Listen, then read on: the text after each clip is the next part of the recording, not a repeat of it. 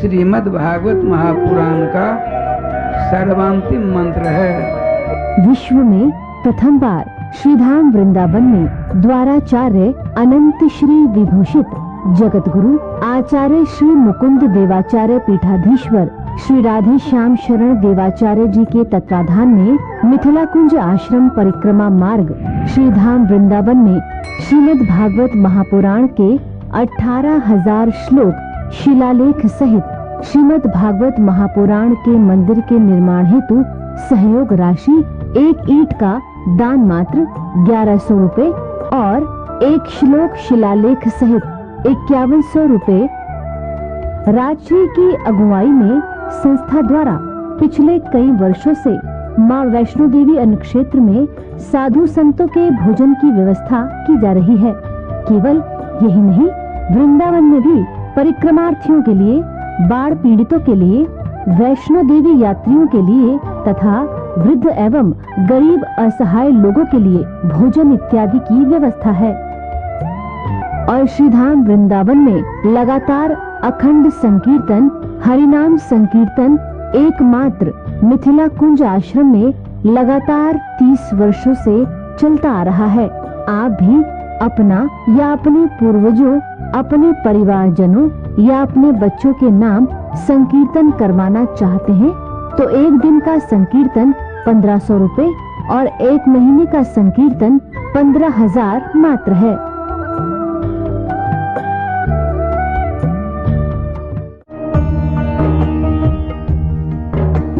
की धूलि को अपने मस्तक पर धारण करते हुए अपने अपने इष्ट श्री रामकृष्ण के मंगल में नाम को अपने गले का हार बनाते हुए श्रीमद् भागवतामृत का रसास्वादन करने का सफल प्रयास करें। जय श्री राधे।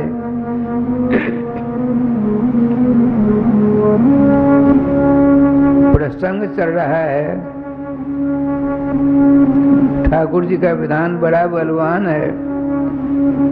श्रीमद् भागवत महापुराण के जितने भी अक्षर हैं भगवान के मंगल में नाम है। बताते हैं सर्वप्रथम टीकाकार श्रीमद् भागवत जी के हैं श्रीधराचार्य महाराज सन्यासी, और उनकी टीका के ऊपर टीका लिखी है श्री श्री बंशीधर जी महाराज। जितनी भी टीकाएं अब तक लिखी गई है संस्कृत में, समस्त टीकाओं का सार लेकर के उन्होंने ऐसा विस्तृत विवेचन किया है, किसी दूसरी टीका को देखने की आवश्यकता ही नहीं पड़ेगी। बताते हैं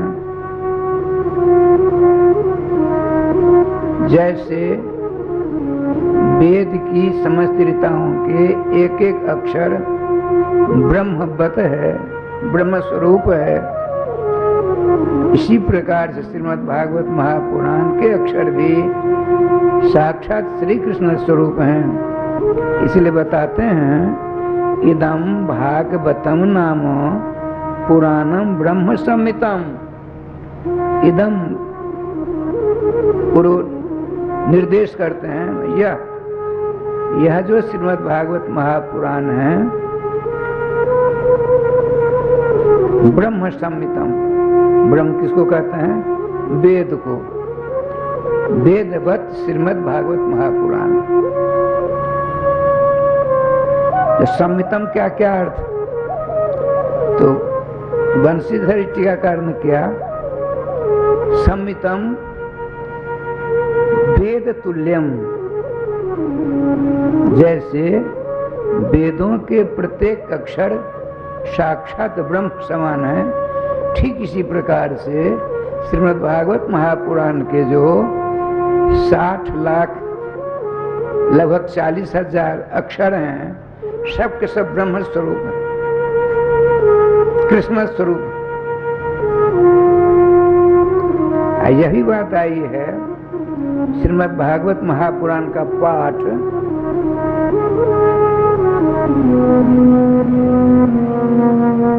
त्रयीन श्रुति को चला है, अर्थात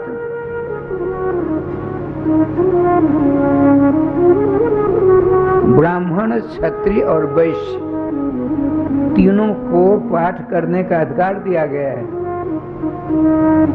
पाठ केवल ये तीन कर सकते हैं। और तद भिन्न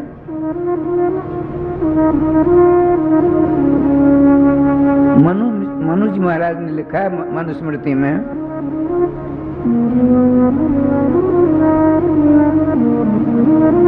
एक शूद्र होता है, एक शतशूद्र होता है, जिसका पानी नहीं चलता है। आजकल की बात निराली है, जहाँ आचार विचार का विशद वर्णन उपलब्ध होता है, वहाँ विस्तृत व्याख्यान प्राप्त होता है। वर्तमान में बात दूसरी हो गई है, लेकिन सिद्धांत तो सिद्धांत ही रहेगा। 5 जोड़ 5 बराबर 8 या 12 नहीं कर सकते हैं। 5 जोड़ 5 बराबर 10 ही कहेंगे ना। ठीक इसी प्रकार से स्वयं भगवान श्री कृष्ण गीता में निर्देश करते हैं, चातुर्वर्णम मया सृष्टम गुण कर्म विभाग स। जिनके जैसे कर्म गुण तदनुसार मैंने ब्राह्मण, क्षत्रिय, वैश्य तथा शूद्र का विभाजन किया। तो श्रीमद् भागवत महापुराण वेद के तुल्य हैं, तो श्रीमद् भागवत महापुराण का पाठ, वेदों का पाठ ब्राह्मण, क्षत्रिय, वैश्य कर सकते हैं, तो श्रीमद् भागवत महापुराण का पाठ भी ऐसे ही। बोले पाठ के लिए तो शर्त है, लेकिन चातुर्वर्णम कथाम श्रव्यम, चातुर्वर्णों के लिए कथा श्रवण करने का अधिकार है। बताते हैं,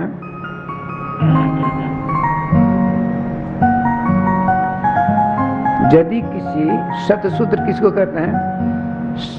शतशूद्रो गोप नापिता। गोप कहते हैं, जो गौ का दोहन वो करते हैं, उसको गोप कहते हैं। गोप के बहुत सारे अर्थ होते हैं राधेश्याम। गो नाम है धर्म का, गो नाम है पृथ्वी का, गो नाम है जनों का, गो नाम है सूर्य के प्रकाश का। प्राकरणिक अर्थ लिया जाता है। गो माने धर्म भी कहते हैं। यहाँ गाह पालयति रक्षति जह सह गोप, जो गौओं का सेवक बन करके उनकी भरपूर सेवा करते, उसका नाम गौ, गो। जिनको आजकल कहते हैं ग्वारिया, हमारे वृंदावन ग्वारिया ही है सब। आजकल यहाँ अपने यहाँ बिहार में बहुत जगह, सब जगह जादव कहलाते हैं। जब मैं छोटा था इसी गांव में एक धनी मानी प्रतिष्ठित बुच्ची राउत थे, बुच्ची राउत। आप लोगों ने नाम सुना होगा बुच्ची राउत का, देखा भी होगा वो तो। उनके बालक 2, 3, 4 हुए, जिनमें एक अवध यादव नेता थे। राउत के बालक यादव कहलाए। ठीक है, किसी का दोष नहीं है। पद्म पुराण में स्पष्ट लिखा है, अयम तु जो धर्म वही वर्तते कषदूषणम। जुग का प्रभाव है। जुग तो कान पकड़ के जैसा कहेगा वैसा आपको करना पड़ेगा, कर रहे हैं। जुग अपना काम करते हैं, सारे जुग। लेकिन देखिए, कौआ जिस काम के लिए वो काम करता है, गौ जिस काम के लिए आई वो काम करती है। आप हरी चारा देंगे, खा करके दूध देंगे, सूखी भूस देंगे फिर दूध देगी वो। कुछ नहीं दोगे तो थोड़ा थोड़ा बहुत दूध देगी ही देगी। कहने का तात्पर्य, आपका कुत्ता है, आप सो जाते हो रक्षा करता है, और आप जिसके लिए आए हो, आप कितनी बार 420 करते हो, गद्दारी करते हो, इसका दुष्परिणाम भी आपको ही भोगना पड़ेगा। किसके लिए आए हो? भजन करने के लिए, नाम जाप करने के लिए। तो आप कहोगे कि हम बाबा जी थोड़े हैं, हम तो घर गृहस्थी वाले हैं, लड़के बच्चे कुटुंब परिवार वाले हैं, आप जैसे बाबा जी थोड़े, हम नाम क्यों लें? अरे बाबा, खूब लड़के बच्चे पैदा करो, बैंक बैलेंस जितनी चाह करो, लेकिन जिस काम के लिए आए हो उसमें 420 मत करो, उसका बड़ा दुष्परिणाम भोगना पड़ेगा। आप जो भी काम करते हैं करिए, मना कौन करता है? हिंदू संस्कृति कभी किसी को स्वप्नावस्था में भी पलायनवाद नहीं सिखाती है। सब कुछ छोड़ छाड़ चले जाओ जंगल, नहीं। जिस स्थिति में हो, परिस्थिति में हो, वर्ण व्यवस्था में हो, पद पोस्ट पर हो, रहो, लेकिन अपना जो काम है निजी काम, उसको मत भूलो। उसको भूलोगे 5600 नरकों का वर्णन है। नरकों की यात्रा करते करते परेशानी होगी तो वहां पश्चाताप की आग में झुलसना पड़ेगा। अरे राधे, 2,98 जन के बाद हमारे नित्य सखा सर्वेश्वर श्याम सुंदर ने अपनी सी शकल दी, अपनी सी देह दी, अपना सा शरीर दिया, और हमने अपने मित्र का ही नाम जय गोपाल कर दिया। अतः आपको प्रत्येक सांस पर भगवान नाम लेना है, तो प्रत्येक सांस पर नाम आपसे किसी से नहीं होता है, इसीलिए माला की व्यवस्था की गई है। आप जो भी खाते हैं खाइए, छोड़ने की जरूरत नहीं है, लेकिन तुलसी की माला 108 दाने की ले लीजिए जब मौका मिले। स्नान किए हैं नहीं कि कोई परवाह नहीं, चलते फिरते उठते बैठते गाड़ी आदि में यात्रा करते, हवाई जहाज पर बैठते, आप अपने मित्र अपने सखा श्री रामकृष्ण के मंगलमय नाम को बड़े प्यार से जाप कर सकते हैं, स्मरण कर सकते हैं। बिना माला से संभव नहीं है। वो बिरले संत होते हैं जिन्होंने अभ्यास करके अपने जीवन में ऐसा कर लिया, नाम निकलते हैं। एक हमारे द्वादशाचार्यों में श्री परशुराम देवाचार्य महाराज हुए। उन्होंने परशुराम सागर बनाया, 1.25 लाख दोहा है उसमें, 1.25 लाख दोहा, परशुराम सागर। एक बार मन तो बड़ी विचित्र है, बड़ा विचित्र मन है। राधे कृष्ण कृष्ण कृष्ण राधे राधे, राधे श्याम राधे राम, श्याम श्याम राधे राधे, जैसे माताएं भाई बंधु जाप कर रहे हैं माला पर। एक साधक कर रहा था, बरसों जप किया, लेकिन उसके मनोनुकूल लाभ नहीं मिला। उसने क्या किया, माला रख दी, मन में धारणा बनाई कि हम जाप नहीं करेंगे। अरे तुम जाप नहीं करोगे तो माला का क्या बिगड़ेगा? बिगड़ेगा तेरे को बिगड़ेगा। जैसे आप लोगों ने कथा सुनी है,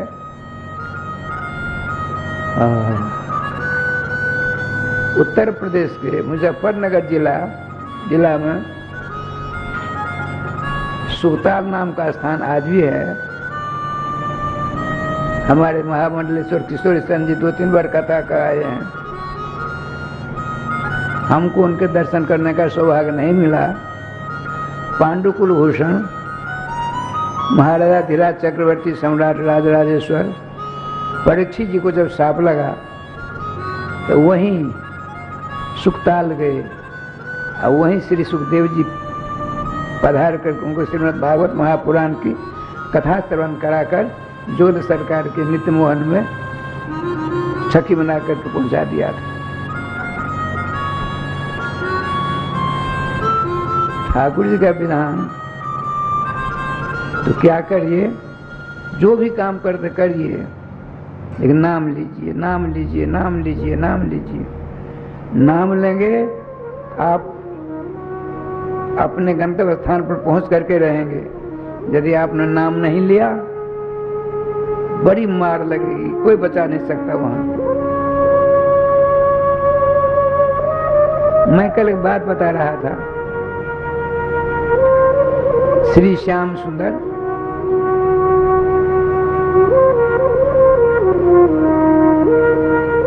का नंद महोत्सव चल रहा था। नंद महोत्सव,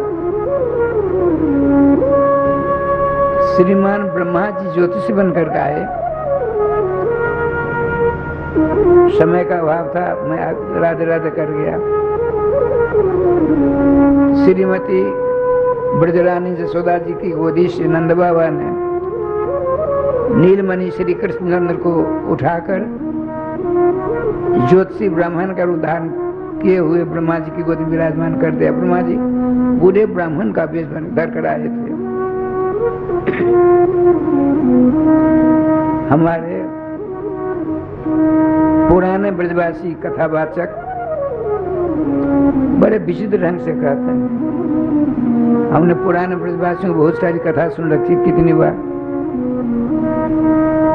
लगभग 72 वर्षों से श्रीधाम वृंदावन का दास का संपर्क है गुरुदेव की असीम अनुकंपा से।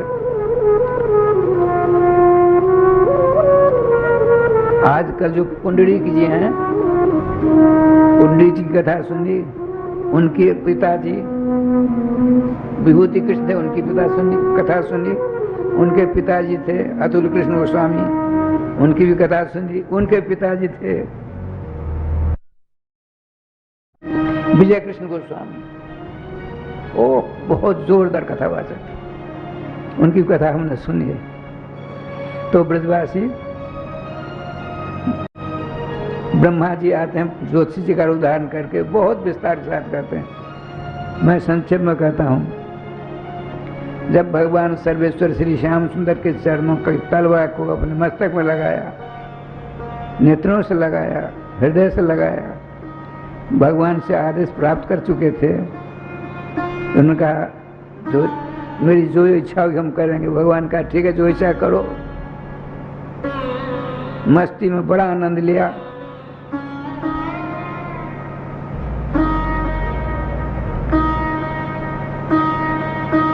श्रीमद् भागवत 10वें स्कंद के 3रे अध्याय में गर्भगत देवस्तुति है। ब्रह्मा जी शंकर जी आगे रहते हैं। जब क्षीर सागर पर जाते हैं, सबके सब जाते हैं, गर्भस्तुति करने आए हैं। समझ देवताओं ने सोचा ये दोनों जब तक आगे नहीं बढ़े तब तो हम लोग नहीं जाएंगे। तो कहते हैं ब्रह्मे सानो पुरोधाय, ब्रह्मा जी को इंद्र को चढ़ा दे, शंकर जी को गर्भस्तुति के बाद समझ देवताओं को पहले आप चलो यहाँ रह करके आप तो मजा लोगे, हम लोग उस मजा से वंचित हो जाएंगे। तो आपने कहा अभी कुछ नहीं मिलने वाला है, तो चले गए।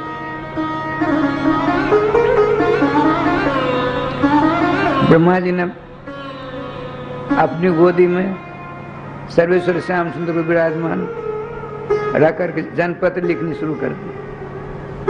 और है श्याम जी बहुत लंबी जनपत्री बनी, 5-7 किलोमीटर की जनपत्री बन गई। ब्रजवासी असत्य नहीं बोलते हैं, ब्रजवासी बिल्कुल सत्य बोलते हैं। इसीलिए भगवान को प्रतिज्ञा करनी पड़ी, व्रत लेना पड़ा, शपथ ग्रहण करनी पड़ी। कहते हैं ब्रजवासी वल्लभ सदा, अब मेरे हृदय प्राण इनको कभी उन्हें तागी हो मोई नंद बाबा की आन। हम ब्रज में रहने वाले ब्रजवासियों का त्याग कभी नहीं करेंगे एक क्षण के लिए। मैं अपने बाबा अर्थात अपने पिता ब्रजराज नंद जी के चरणों की सौगंध खाकर प्रतिज्ञा करता। इसीलिए नंद नंदन श्री कृष्ण, दूज मुरली मनोहर राधा प्रेकांत श्री कृष्ण ब्रज छोड़ करके, वृंदावन छोड़ करके एक सेकंड के लिए बाहर नहीं जाते हैं। कंस की जेल में वसुदेव देवकी जी के द्वारा जो महाविष्णु पधारे थे, अब वसुदेव जी यहाँ से ले जाते हैं मथुरा कंस की जेल से, जमुना के पल्ली पार गोकुल ग्राम है आज भी। गोकुल में श्री नंद बाबा जसोदा जी आदि रहते थे। तो जसोदा जी सोवर घर में हैं।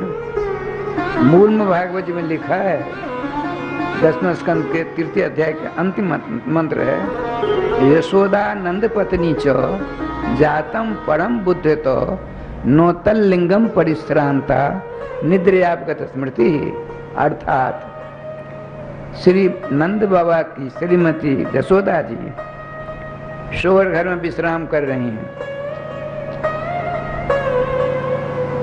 नो तल्लिंगम, लिंगम अर्थात चिन्हम, स्त्रीलिंग पुल्लिंग नपुंसकलिंग, लिंग माने चिन्ह। जसोदा जी इतनी गाढ़ नींद आई है, 2 बच्चे हुए, नींद नहीं खुली। ऐसा क्यों हुआ? भगवान की 3 प्रकार की मायाएं हैं। एक को कहते हैं जोग माया, दूसरी को कहते हैं वैष्णवी माया, तीसरी माया का नाम है स्वमोहिनी माया।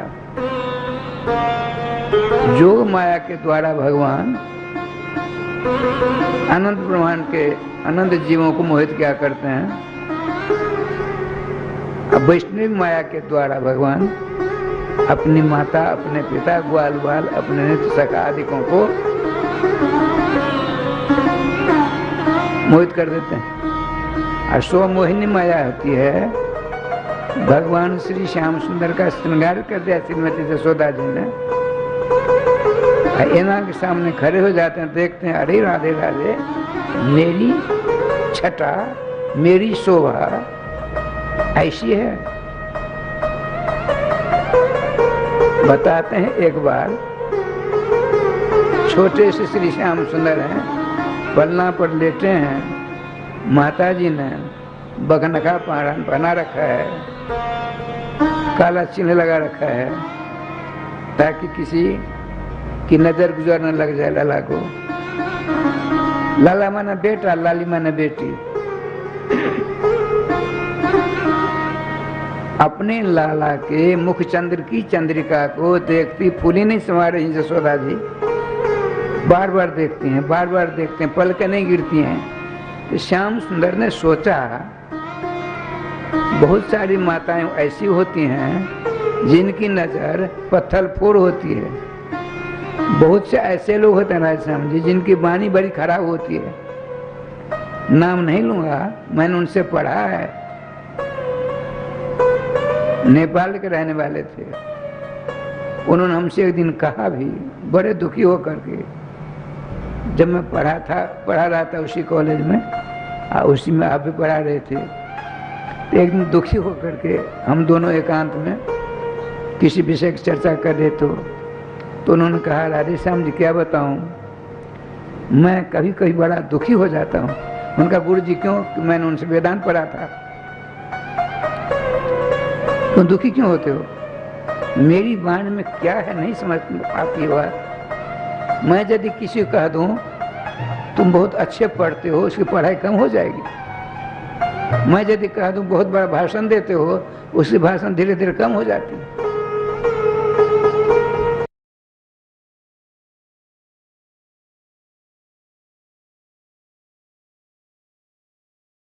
आपको जब पश्चाताप की आग लगने लगे, जो भी निम्बार की थे आए भी उद्भट विद्वान थे, ब्रज में पंडित श्री वैद्यनाथ झा जी, उन्हीं का नंबर था। तो भगवान श्याम सुंदर ने सोचा, माता श्री जसोदा जी बार बार मेरे मुंह को देखती है, कहीं इनकी माँ की भी नजर लग जाती है। माताओं सुनती हो? तो श्याम सुंदर घबराए, उनका कैसे को बार बार क्यों देखती हो? तो क्या सुंदर बात बनाई सूरदास जी के द्वारा। आपने कहा, माँ किसको बार बार, अरे बच्चा बोलता नहीं है, लेकिन जहाँ न पहुँचे रवि वहाँ पहुँचे कभी। अब गोस्वामी सूरदास जी तो पहुँचे फकीर थे, हृदय की आंखें खुल गई थी। सर्वेश्वर श्याम सुंदर के अत्यंत अत्यधिक गोपनीय से गोपनीय लीला में आपका प्रवेश हो चुका था। आपने वो सामना किसको देख कर फूली नहीं स्मारी हो। 2 बार 3 बार जब इस प्रकार से आपने सांकेतिक भाषा में पूछा, माँ ने कहा देखत तब बदन कमल अति आनंद हुई। तुम्हारे मुख चंद्र की छटा को देखकर इतना आनंद आ रहा है, मैं वर्णन नहीं कर सकती। आपने पूछा थोड़ा भी तो करो, तो कहा तो कौन, दसन मौन जानत कोई कोई। देखने का काम आंख का है, अब बोलने का काम जीवा का है। तो आंखों में जीवा नहीं, आज जीवा में आंख नहीं।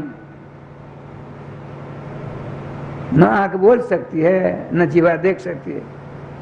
कहत कौन रसन मौन जानत कोई कोई। भगवान सर्वेश्वर श्याम सुंदर ने सोचा, यदि मेरे सौंदर्य को देख करके मेरी माँ इस प्रकार से कह रही है, मैं मैया से निवेदन करूं कि मुझको वह सुंदर मुंह दिखा दे एक बार।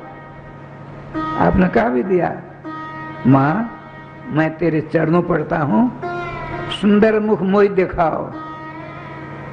अपने मुख के लिए कहती हैं श्री कृष्णचंद्र अपनी माँ से, मैयारी मैया जिस मेरे मुख को देखकर तुझे बहुत बड़ी प्रसन्नता होती है, उसे एक बार मुझे तो दिखा दे, सुंदर मुख मुझे दिखा। इच्छा आती मोरे, बड़ी बलवती इच्छा मेरी हो रही है माँ, तुम तो बड़ी दयालु हो, करुणा निधान हो, दिखा दो एक बार। आपने क्या कहा सो सुनिए। भक्त भगवान का संवाद चल रहा है। भगवान ने कहा जिस मुख को देख करके तुमको प्रसन्नता हो रही है, उस मुख एक बार कम से कम मुझे दिखा दे। आपने कहा मुंह समान पुण्य पुंज बालक नहीं तोड़े। अरे लाला, जितनी पुण्यवती मैं हूँ, जितना भाग्यशालिनी मैं हूँ, उतने तुम भाग्यशाली नहीं हो, उतने तुम पुण्यवान नहीं हो। इसीलिए उस अपने मुख के सौंदर्य को देखने से तुम देख ही नहीं सकते हो। क्यों? मेरे समान भाग्यशाली नहीं हो। यहाँ ये बात चल रही थी नंद महोत्सव की। श्रीमान ब्रह्मा जी ने ये ज्योतिषी जी का उदाहरण किया हुआ है, बहुत बड़ी जनपद लिख दी। मधुमहल का मधुमहल जरा स्कूल जाओ तो वो राय समझ के चले गए बहुत दूर, विदेश्वर से भी आगे। राधे राधे। ग्वालवान का ज्योतिषी जी इतना बड़ा पोथा लेकर हम क्या करेंगे, कौन पढ़ेगा इसको। तो धीरे धीरे धीरे बड़ा बहुत बड़ा लपेट कर इतना बड़ा मोटा हो गया। नंद बाबा के सामने रखा गया, जन पत्रिका जो था पुलंदा। बाबा ने कहा भाई देखो क्या लिखा है। कहा हम तो संस्कृत जानते नहीं। ज्योतिषी जी महाराज आपने लिखा पूरा वांचो। तो क्या कहते हैं ज्योतिषी जी? मैंने ब्रह्मा जी हमने लिख तो दिया, हमको अनेक जन्म धारण करने पड़ेंगे इसको पढ़ करके आपको समझाने में। ब्रह्मा बाबा कहते हैं ब्रह्मा जी भगवान के बेटे हैं। भगवती श्रुति कहती है यो ब्रह्मांडम विदधाति पूर्वम, जिन्होंने ब्रह्मा को बनाया। मूर्ख बेटा अच्छा नहीं होता है। आपने सोचा इसको पढ़ाते तो अच्छा होगा, तो वेदम अध्याप ने हमारे साथ वेद पढ़ाया और सोचा इसको तो काम देंगे सृष्टि करने का, तो 100 बुद्धि प्रदान कर दी। सतत धृति ब्रह्मा का एक नाम है। सतत धृति, सत माने 100, धृति माने बुद्धि। और चेटी से विष्णुवाद जितने सबके पास एक एक बुद्धि है, और ब्रह्मा जी के पास 100 बुद्धि। अब 4 हाथ ब्रह्मा के हैं, एक हाथ में सांप है, एक हाथ में मनुष्य है, एक हाथ में देवता है, एक हाथ में बंदर है। यदि एक बुद्धि से काम होगा, इसलिए 4 बुद्धि लगाई। इसने कौन कौन से कर्म किए, इसने कौन कौन से कर्म किए, इस प्रकार से राधे राधे करते हैं, इसलिए 100 बुद्धियां थी। ब्रह्मा अच्छा बेटा अपने पिता की जन्मपत्री बना रहा है, एक कैसे क्षमता कैसे आई? तो आदेश लिया, पिताजी से आदेश लेकर के बनाया है।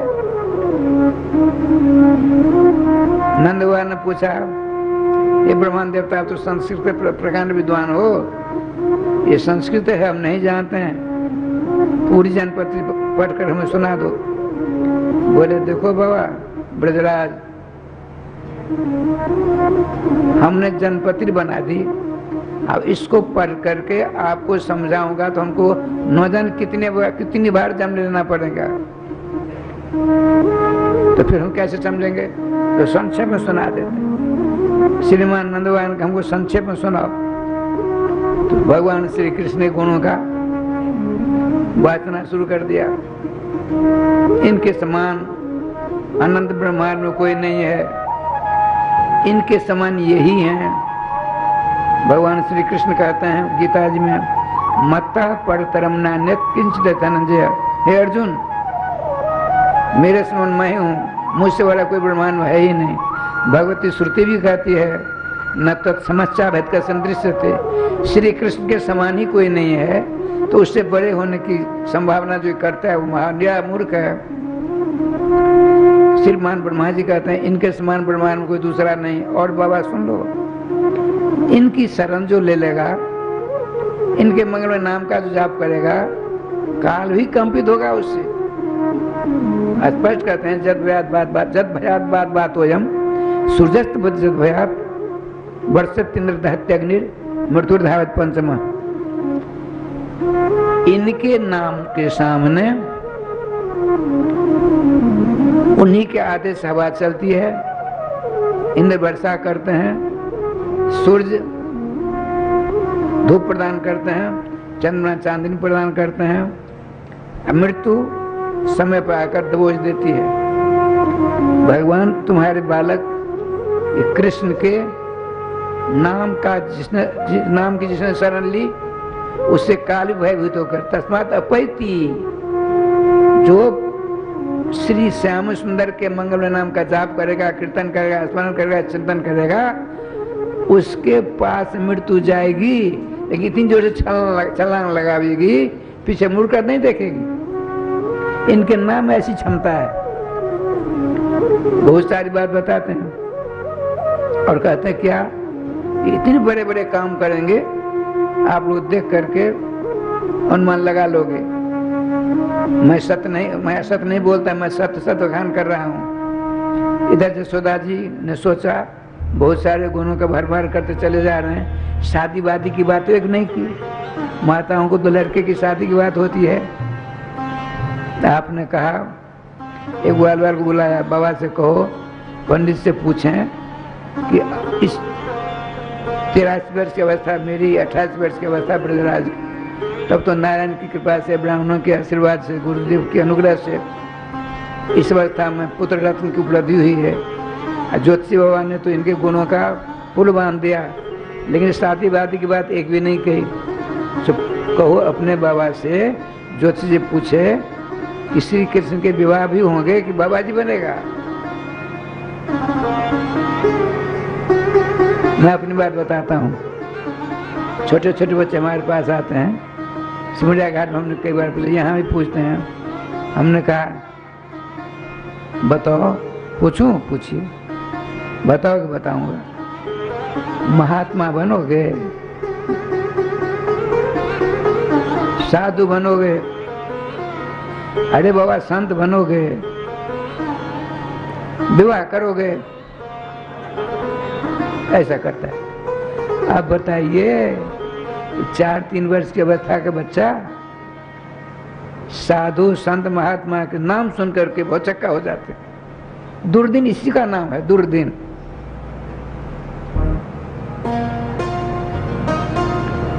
माता जी का संवाद बाबा के पास पहुंच। बाबा ने ब्रजराज का, ज्योतिषी जी आपने मेरे अल्लाह की बहुत सारी बातें बताई, लेकिन विवाह की कुछ बात नहीं बताई। विवाह होगा कि बाबा जी बनेगा? अरे मैं ब्रजराज मैं भूल ही गया।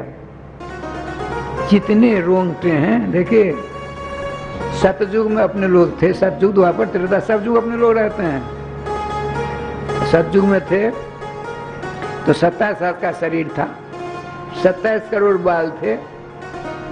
त्रेता में आए राम जी के जमाने में तो 14 हाथ का शरीर, 14 करोड़ बाल। द्वापर में श्री श्याम सुंदर के समय में आप थे, हम थे, सब थे, तो 7 हाथ का शरीर था, 7 करोड़ बाल थे। ब्रह्मा कल युग में 3.5 हाथ का शरीर, 3.5 करोड़ बाल। तो ब्रह्मा जी ने कहा ब्रजराज हमसे भूल हो गई, पहले कहना चाहिए था हमको।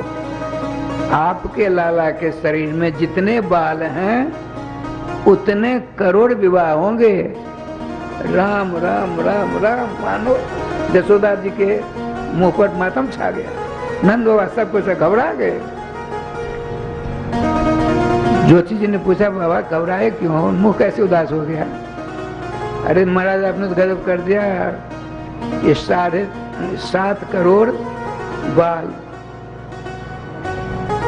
आज प्रत्येक एक बाल में 1 करोड़ विवाह, तो 7 अरब हो जाएंगे लगभग, 7 अरब। अब इतने हम घर कहाँ से बनाएंगे? अब एक बात करो बाबा, आप तो सब कुछ करने में समर्थ हो, ब्राह्मण देवता हो, थोड़ा कम कर दो। आपने जनपद लिखी है, उसमें उसे कम कर दो। अब ब्रह्मा जी सोचा बहुत भूल हो गई हमसे, हमने तो रासलीला की बात कर डाली। हाँ ठीक है, हम इतना कम कर सकते हैं, उससे ज्यादा कम हमसे नहीं होगा। कितना? 16,108 विवाह तो होंगे ही होंगे, इसमें मेन मिक नहीं, अगर मगर परंतु की गुंजाइश नहीं है, तो हाँ इतनी व्यवस्था हम कर लेंगे। राधे राधे राधे राधे।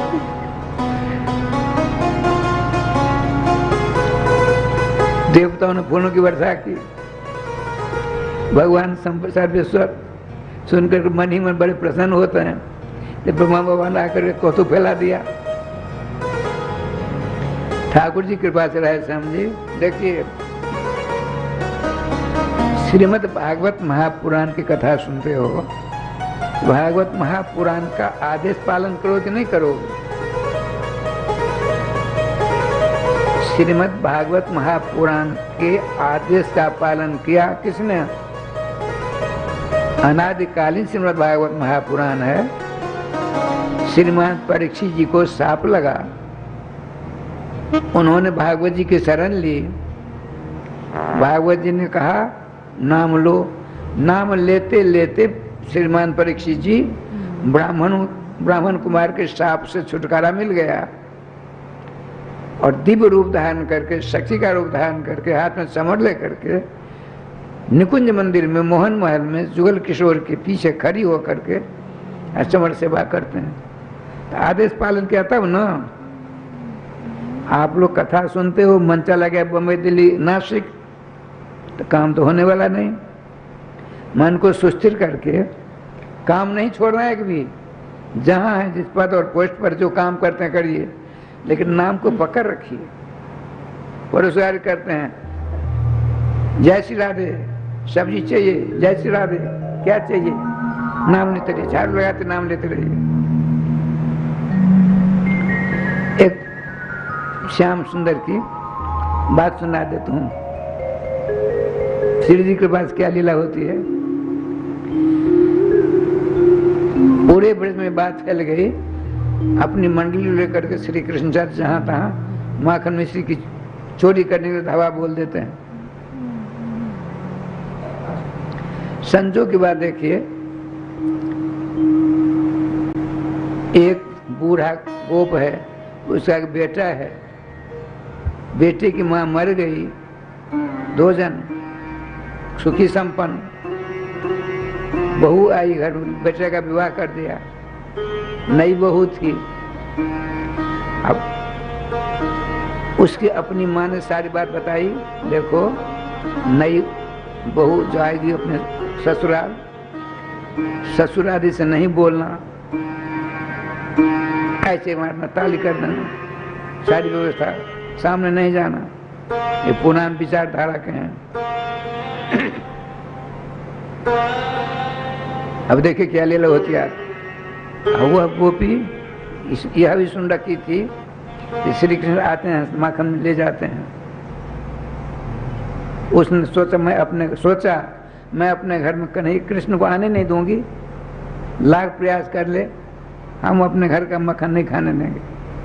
भगवान ने सोचा तुम बहुत चतुर बनकर आई हो, मैं दिखा देता हूँ क्या लीला होती है। देखिए क्या हुई।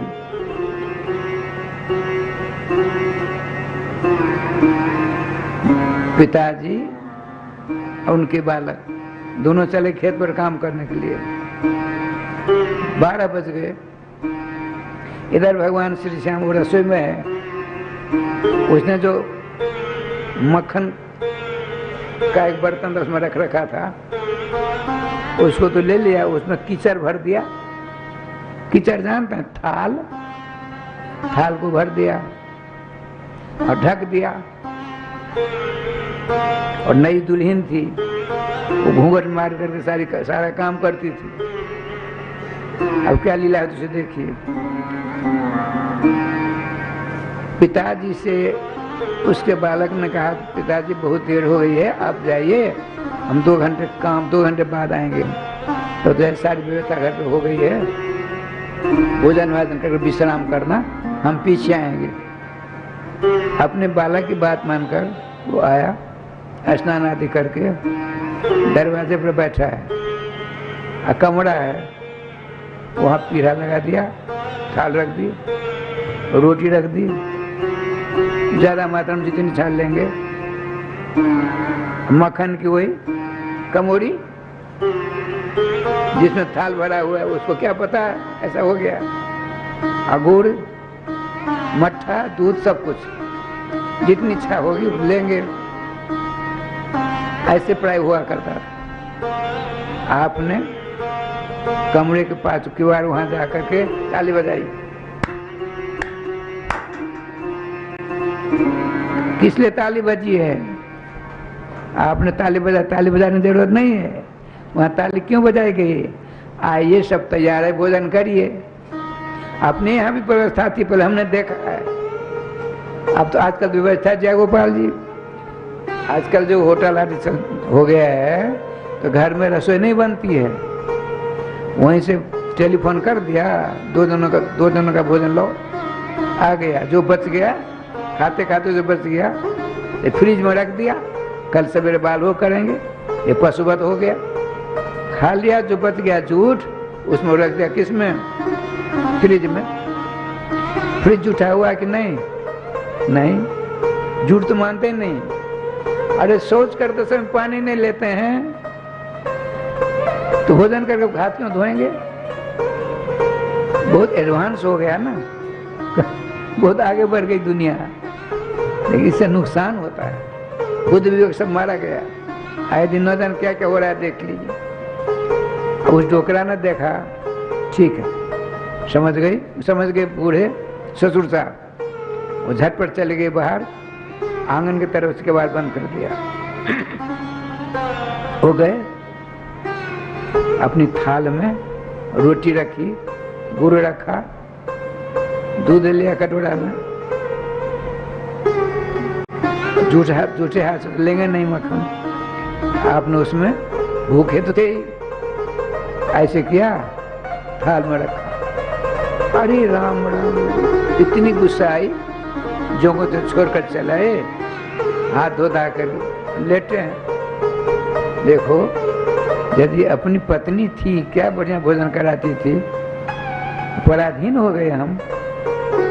मन में बड़ी ग्लानि हो रही है, हमको मर जाना चाहिए। 2 घंटों बाद बेटा आए, पिताजी भोजन हुआ?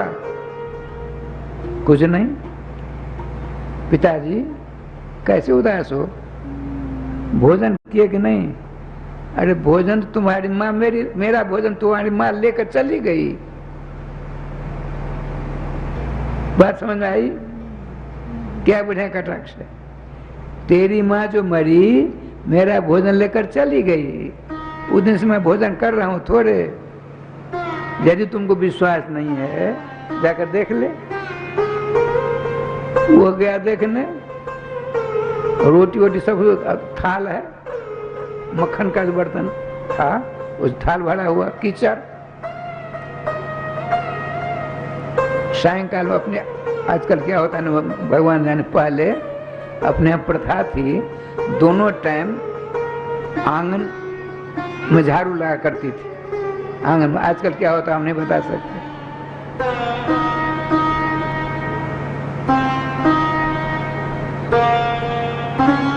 वह जो थी नई दुल्हन, एक हाथ कमर पर झाड़ू लगा रही, राधे राधे राधे राधे राधे राधे राधे राधे कर रही है।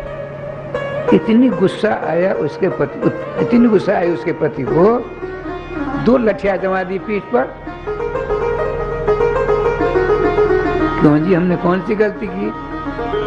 झाड़ू लगाना क्या गलती हो गई? अरे बाबरी कहीं की, जब से मेरी माँ गई तब से मेरे पिताजी भूखे हैं। आज मैंने अपनी आंखों देख लिया, रोज ऐसी करती होगी। पकड़ घसीटता हुआ उसका पति वहां ले गई। अरे राम राम, ये क्या हो गया? हम सत्य कहते हैं, हम झूठ नहीं बोलती हैं। हमने तो मक्खन रखा था, तो हमने इसमें कीच रखा मक्खन निकाल करके, तुम्हारे बाप ने कर रखा है। खूब राधे राधे हुआ। तब तो डोकरा है, देखो लाला, झगड़ा करने से काम नहीं चलेगा। मुझको को हम चले जाएं किसी तीर्थ में जाकर भजन करेंगे।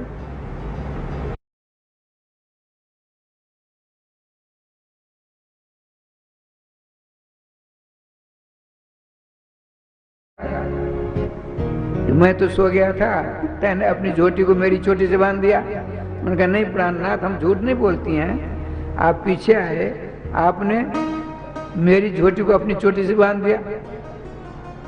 दोनों में से किसी ने नहीं किया था। और श्याम सुंदर देख रहे हैं, सब ग्वाल ग्वाल बोल नहीं सकते। श्याम सुंदर ने सोचा आपस में दोनों खींचाता नहीं, सलाई तो है नहीं पास में।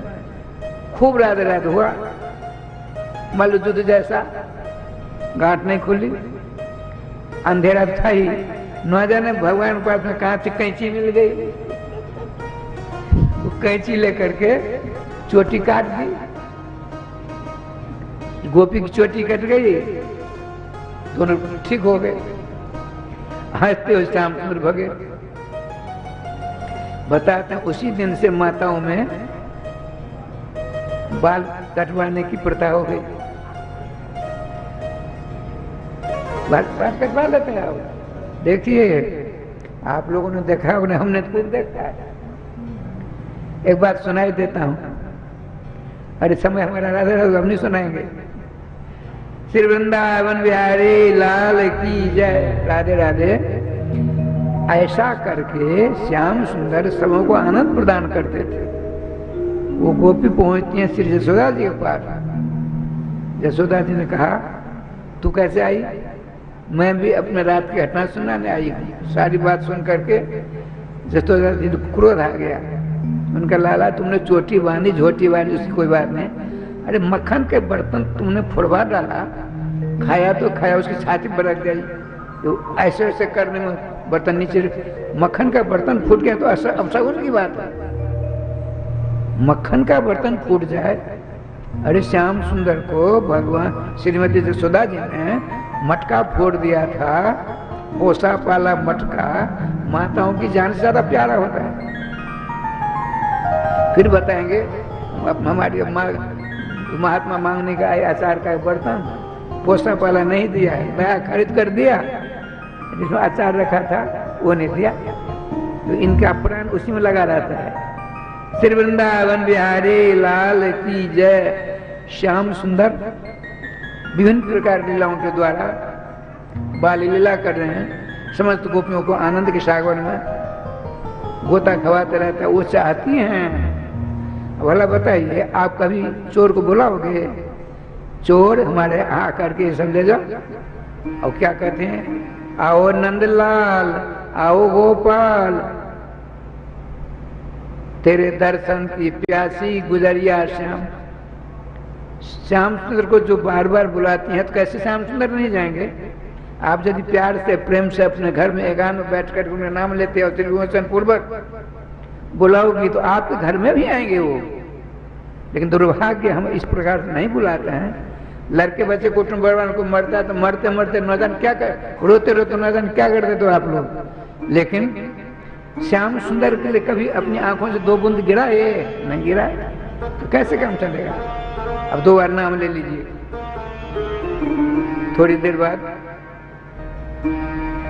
महामंडलेश्वर किशोर चंद जाएंगे, संगीत में कथा सुनाकर आप लोगों को राधे राधे करेंगे। उससे पहले श्री परमादरणीय विद्युत बड़न पांडे जी कुछ कहेंगे, सुनिए, तब तो 2 बार नाम लीजिए। श्री वृंदावन बिहारी लाल की जय, श्री गुरुदेव भगवान की जय, सकल संत समाज की जय, श्री नाम संकीर्तन की जय, श्री हनुमान जी महाराज की जय। जय जय श्री राधे श्याम नाम महाराज की जय। जय जय श्री राधे श्याम नाम महाराज की जय। गोविंद जय जय गोपाल जय जय, गोविंद जय जय गोपाल जय जय, श्री राधा रमण गोविंद जय जय, श्री राधा रमण हरि गोविंद जय जय, श्री वृंदावन बिहारी लाल की जय। श्री सद्गुरुदेव भगवान की जय। एक बार जोरदार तालियों से श्री सद्गुरुदेव भगवान का स्वागत करेंगे। बहुत ही दिव्य कथामृत हम सभी भक्त श्री गुरुदेव भगवान के मुखारविंद से श्रवण कर रहे थे। आगे की कथा रसधारा में हम सभी भक्त प्रवेश करेंगे श्री सद्गुरुदेव भगवान के परम यशस्वी कृपा पात्र शिष्य विप्र कुलभूषण परम पूज्य महामंडलेश्वर श्री किशोरी शरण जी महाराज के मुखारविंद से श्रवण करेंगे। इससे पूर्व जो भक्त हमारे आश्रम के फेसबुक, मिथिला कुंज यूट्यूब एवं श्रद्धा टीवी के माध्यम से कथा से जुड़ रहे हैं, एक बार दोनों हाथ उठा करके प्यार से बोलेंगे राधे राधे। तो आगे की कथा धारा में हम सभी भक्त प्रवेश करें। एक बार मैं पुनः आप सभी को अवगत कराऊंगा। जो भक्त टीवी के माध्यम से जुड़ रहे हैं, आपका सहयोग सतत हमारे सेवा संस्थान के प्रकल्पों को मजबूत करने के लिए प्राप्त हो रहा है। आप सभी भक्तों के लिए मंगल कामना है।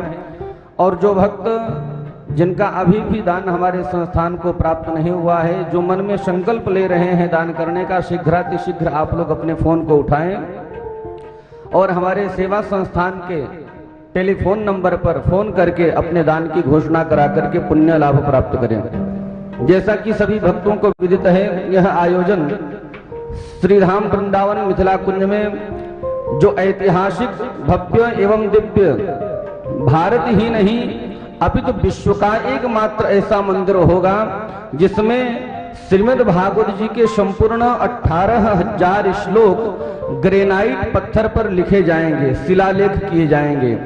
तो यदि आप लोग भी चाहते हैं कि जब हम कभी श्री धाम वृंदावन मिथिला कुंज में आए, जब भागवत मंदिर का दर्शन करें, तो दर्शन करके आपको भी गर्व का महसूस हो कि यह मंदिर हमारा है, इस मंदिर में हमारे द्वारा कमाया गया धन लगा हुआ है, एक ईंट की सेवा हमारी है, एक श्लोक की सेवा हमारी है।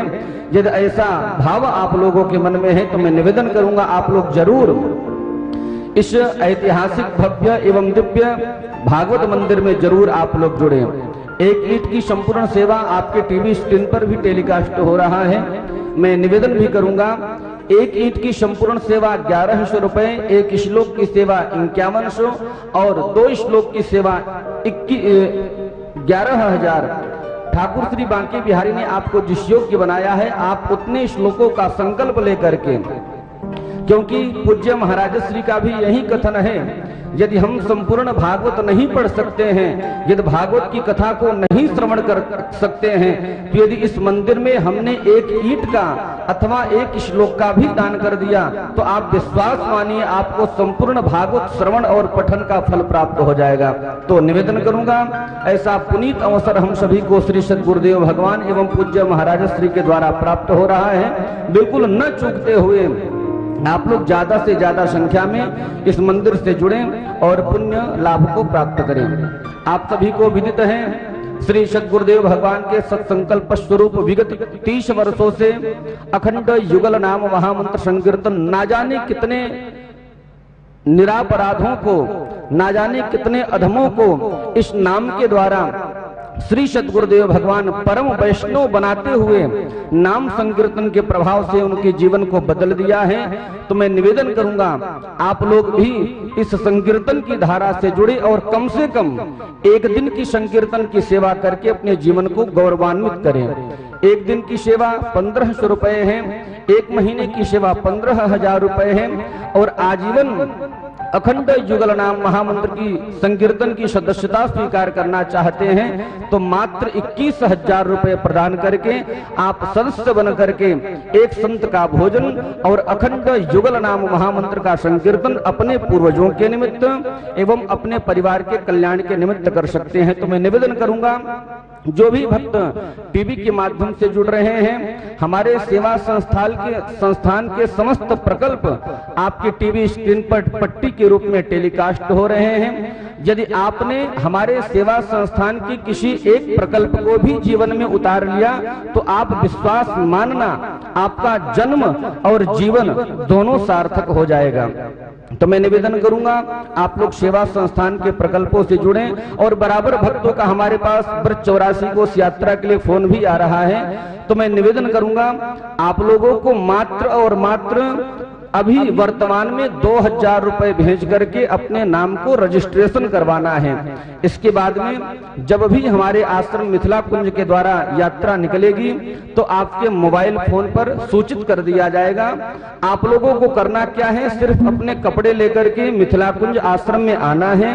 जब तक यात्रा चलेगी, यह संपूर्ण यात्रा 25 दिन की है, 25 दिनों तक आपके रहने की, खाने की समुचित व्यवस्था मिथिला कुंज आश्रम के द्वारा रहेगी।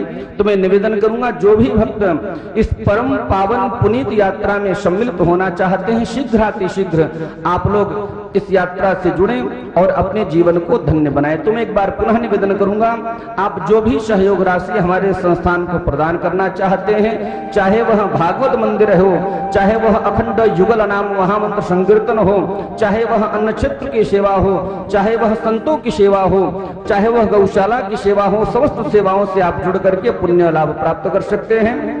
आपकी टीवी स्क्रीन पर हमारे संस्थान का QR कोड भी टेलीकास्ट हो रहा है।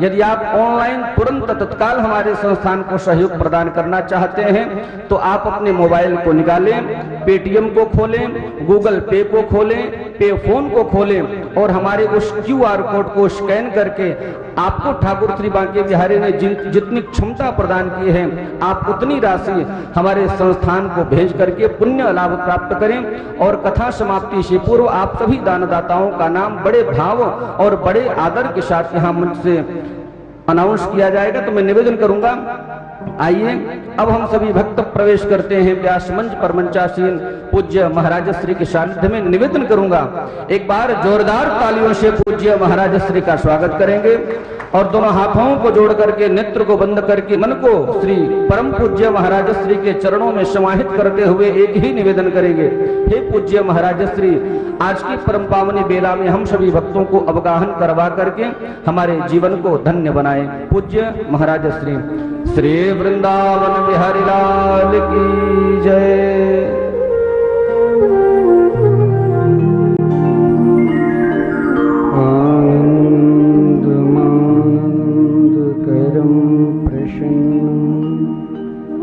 ज्ञान स्वरूपम निज भावयुक्तम योगेन्द्रमीड्यम भवरोगवैद्यम श्रीमद्गुरुं नित्यमहं स्मरामि। वाञ्छाकल्पतरुभ्यश्च कृपासिन्धुभ्य एव च पतितानां पावनेभ्यो वैष्णवेभ्यो नमो नमः। आइए हम सब भाव के साथ 2 मिनट भगवत संकीर्तन करें, तत्पश्चात कथामृत का रसास्वादन करें।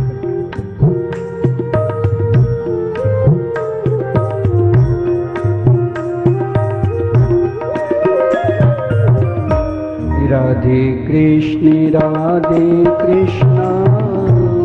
कृष्ण कृष्ण राधे राधे, राधे श्याम राधे श्याम, श्याम श्याम राधे राधे,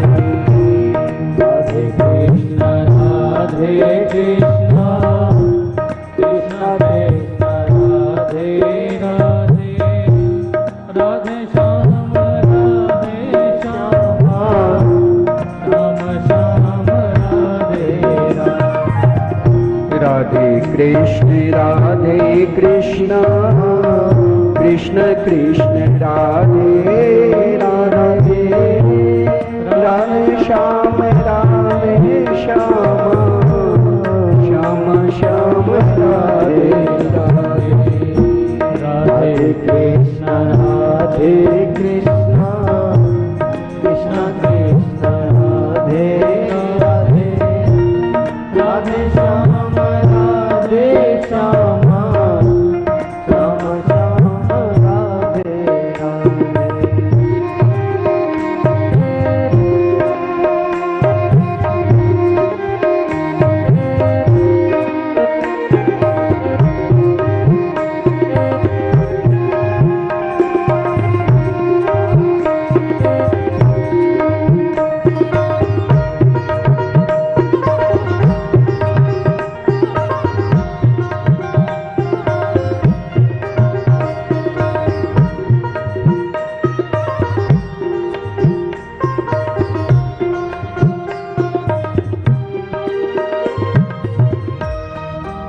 राधे राधे, राधे कृष्ण कृष्ण कृष्ण राधे राधे, राधे श्याम राधे श्याम, श्याम श्याम राधे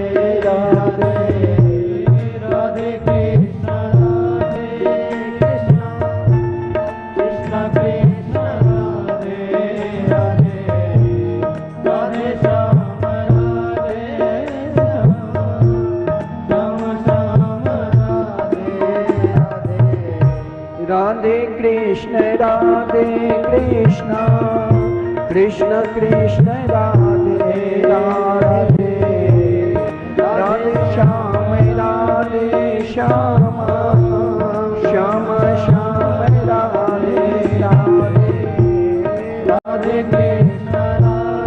कृष्ण कृष्ण कृष्ण राधे राधे, राधे श्याम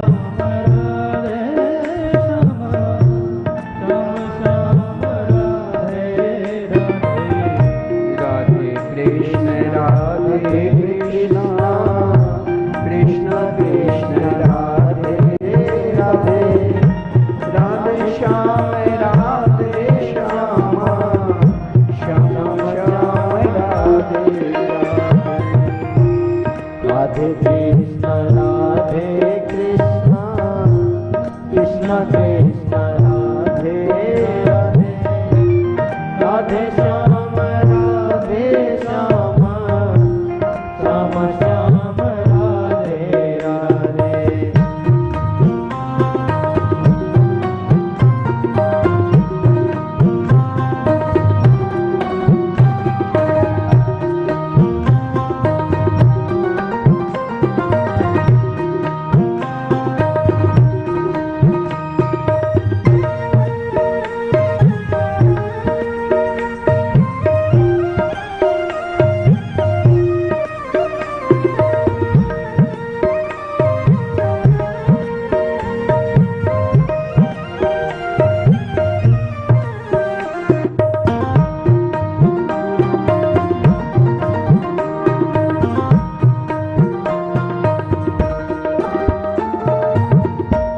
राधे कृष्ण कृष्ण कृष्ण राधे राधे राधे श्याम श्याम श्याम राधे राधे राधे कृष्ण कृष्ण कृष्ण कृष्ण राधे राधे राधे श्याम श्याम श्याम श्याम राधे राधे कृष्ण कृष्ण कृष्ण कृष्ण राधे राधे राधे श्याम श्याम श्याम श्याम राधे राधे शब्द शिव कृष्ण राधे कृष्ण कृष्ण कृष्ण राधे राधे राधे श्याम श्याम श्याम श्याम राधे राधे राधे कृष्ण कृष्ण कृष्ण राधे राधे राधे श्याम श्याम श्याम श्याम राधे राधे कृष्ण कृष्ण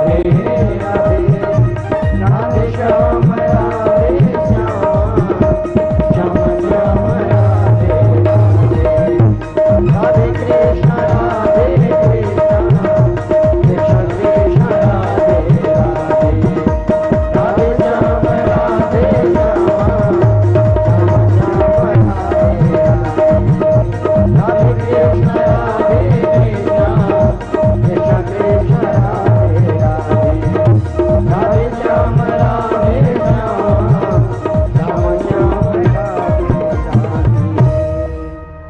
श्री वृंदावन बिहारी लाल की जय। श्री सदगुरुदेव भगवान की जय। जय जय श्री राधे, जय जय श्री राधे। हम समस्त भागवत प्रेमी जो नित्य निरंतर पूज्य गुरुदेव के द्वारा भागवत चिंतन के माध्यम से हम सब उपस्थित होकर केवल प्राणी मात्र भगवान से कैसे जुड़े, भगवान के चरणारविंद की कैसे आश्रित हो और सर्वोपरि जो भगवान नाम है वो कैसे ले, तो नित्य निरंतर हम सब श्रद्धा चैनल के माध्यम से कथामृत का रसास्वादन कर रहे हैं। पूज्य गुरुदेव भागवत का जो सार तत्व है, भागवत के प्रसंगानुसार हम सब एक भी प्रसंग यदि भागवत के श्रवण कर लेते हैं और वही प्रसंग केवल जीवन भगवान की कथा की ओर, भगवान की कीर्तन की ओर और भगवान के स्मरण की ओर चलने लग जाता है, तो कथा सुनने का, सत्संग करने का पुण्य प्राप्त हो जाता है। महाराज परीक्षित को श्राप लगा कि आज के 7वें दिन ही मरना पड़ेगा। परीक्षित, हम समस्त प्राणी ही हैं। जो भी कोई माता के गर्भ में निवास करते हैं, जन्म लेते हैं, संसार के जितने भी प्राणी जब माता के गर्भ में रहकर भगवान की सुंदर स्तुति प्रार्थना करते हैं, प्रभु इस बार आप हमें किसी तरह इस गर्भ रूपी नरक से निकाल दो। अब की बार हम जरूर आपके भजन करके आपके श्री चरणों को प्राप्त कर लूँगा। लेकिन कोई बिरले ही ऐसे होते हैं जो अपने जीवन को भगवान के चरणारविंद में आश्रित कर देते हैं। महाराज परीक्षित बाल्यावस्था में ही जिसने जन्म लिया और जन्म लेते ही अपना ईश्वर, अपना परमात्मा को खोजने लग गए कि जिस ईश्वर ने, जिस परमात्मा ने हमें गर्भ में रक्षा की, जिस परमात्मा ने हमें दर्शन दिया, वो क्या बाहर मिलेंगे। सबके गोद में गए लेकिन रोते रहे, परंतु द्वारकाधीश के गोद में जाते ही मुस्कुराने लग गए। जीवन में हर दुख का निवारण, हर दुख का उपाय और जीवन के सुख और शांति के लिए एकमात्र स्वयं को जब इच्छा करे, जिस पल इच्छा करे, जिस घड़ी इच्छा करे, जिस समय इच्छा करे, भगवान के चरणारविंद में आश्रित हो जाना चाहिए। महाराज परीक्षित को श्राप लगा कि 7वें दिन मरना पड़ेगा। श्राप के कारण महाराज परीक्षित घबराए नहीं।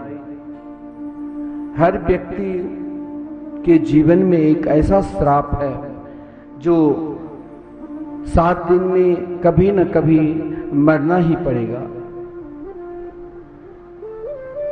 महाराज परीक्षित को 7 दिन के जो श्राप लगे, ये श्राप ब्रह्मा की सृष्टि में इस पृथ्वी पर जो भी प्राणी जन्म लेता है उनके साथ ये श्राप भी लगे ही रहते हैं। ऐसा नहीं है जो हमें सप्ताह के 7 दिन में नहीं कभी मरना पड़ेगा।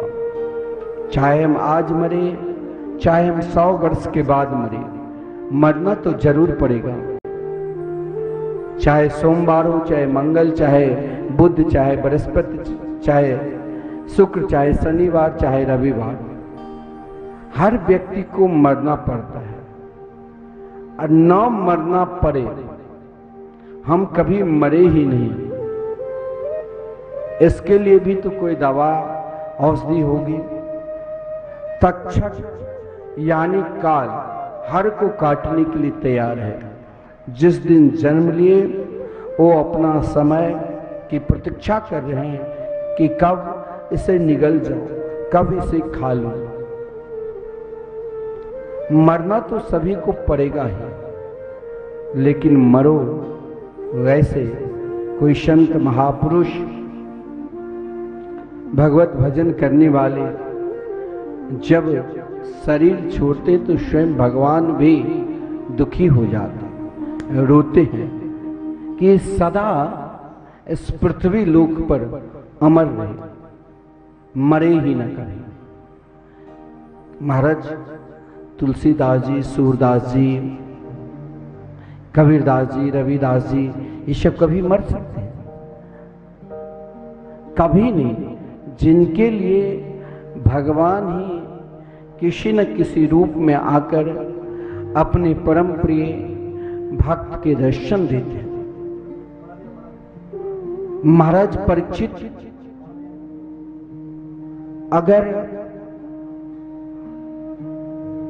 सब कुछ छोड़कर गंगा किनारे आए तो मरने के लिए नहीं, बल्कि हम सभी को तारने के लिए, हम सभी को एक ही उपदेश देने के लिए कि जीवन में यदि अपने जीवन को हर हमेशा जीना चाहते हो, हर हमेशा ऐसा कोई भी दिन ना हो ब्रह्मांड में या भारत विश्व में कि रोज भगवान सुखदेव जी और महाराज परीक्षित का संवाद नहीं चलते।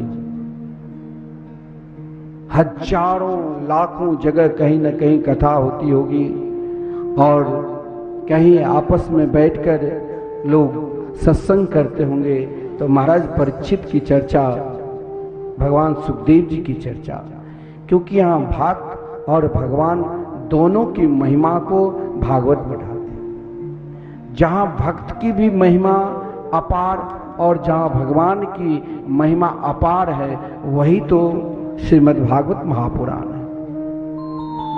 महाराज परीक्षित घबराए नहीं।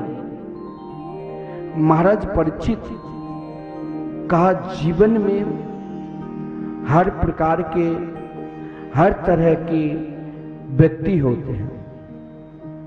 कोई जीवन में अपनी बुद्धि को अनेक कार्य में लगाकर उन कार्य की कुशलता सर्वोपरि समझकर धन अर्जन में लगे रहते हैं। महाराज परीक्षित ने सोचा कि अब मुझे भी मरना पड़ेगा, तो क्या इस पृथ्वी के सम्राट यदि मैं बना हूं, समस्त धन को यदि मैं एक जगह एकत्रित करके सर्वस्व दान दे दूं या सर्वस्व किसी को दे दूं और वो मुझे बचा सकता है कि तुम नहीं मरोगे? मरना तो पड़ेगा ही। अपनी बुद्धि को क्यों नहीं एकमात्र सब कुछ करते हुए जहां प्राणी मरे नहीं, जहां हर हमेशा जिंदा रहे, जहां हर हमेशा उनकी प्रशंसा होती रहे, जहां हर हमेशा उनकी चर्चा होती रही, जहां हर हमेशा उनकी केवल आदर भाव से ही पुकारे। कभी आप कहीं नहीं सुना होगा भागवत में, कभी कभी भगवान की तो निंदा आप जरूर सुने होंगे, लेकिन महाराज परीक्षित की निंदा कहीं कोई भी प्राणी नहीं कर सकते।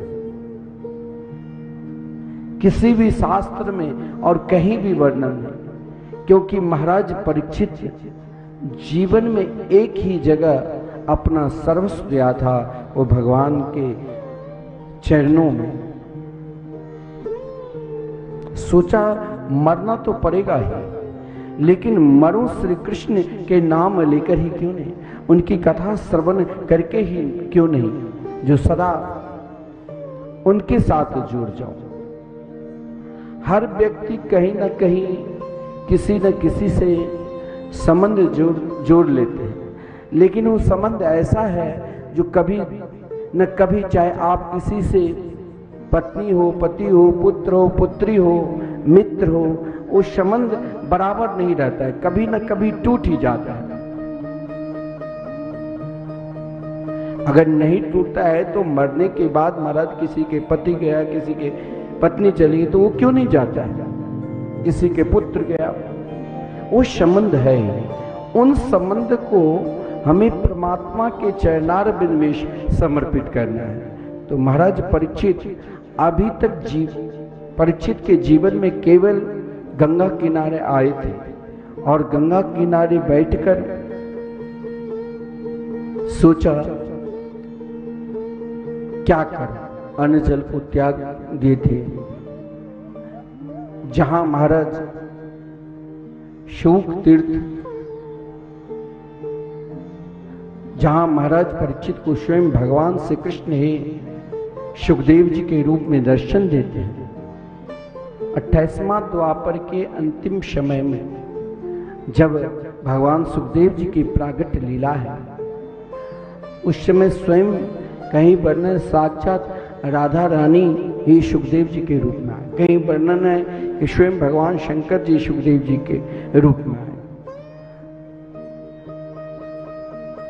महाराज परीक्षित अपने आप को भगवान के चरणारविंद में समर्पित कर दिया है। जब प्राणी भगवान के चरणारविंद में पूर्ण रूप से समर्पित कर देता है, तो जीवन में सर्वोपरि भगवान स्वयं आने से पहले उनके जीवन में महापुरुषों के दर्शन करा देते हैं। महाराज परीक्षित अपनी बुद्धि को श्री कृष्ण के चरणारविंद में, मतिम कृष्णे, श्री कृष्ण के चरणारविंद में लगाया। अगर बुद्धि, ऐसा नहीं है कि हम सबकी बुद्धि हम सबके विवेक भगवान के प्रति कभी ना कभी नहीं लगता है, जरूर लगता है, लगता तो है लेकिन श्रद्धा नहीं होता। एक क्षण के लिए, एक पल के लिए श्रद्धा उत्पन्न होता है और फिर वही श्रद्धा चला जाता है। कारण क्योंकि हमारी जो ममता है, हमारी जो आसक्ति है, वो कई जगह बटी हुई है।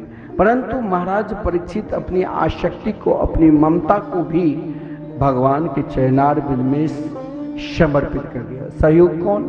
तो जिस समय महाराज परीक्षित को श्राप लगे सिंह ऋषि के द्वारा, उस समय महाराज जब मुकुट उतार कर रखा, जिस मुकुट में कलयुग प्रवेश कर गए थे, तो स्वयं को अपने हाथ को दंड देने लगे।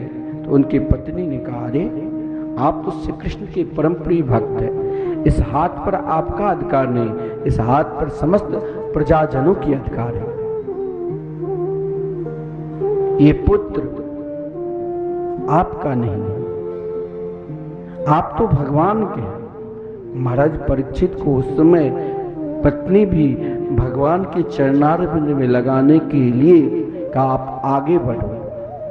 महाराज परीक्षित ने सोचा, कहीं कहीं वर्णन है कि 7 दिन के श्राप लगा तो सप्तमी हनि महापुरुष लोग अर्थ करते हैं 5 दिन में सारी व्यवस्था कर दी और 7 दिन तक कथा मृत का स्वादन किया। परंतु महाराज परीक्षित से ज्यों ही पत्नी ने कही कि इस हाथ पर आपका अधिकार नहीं है,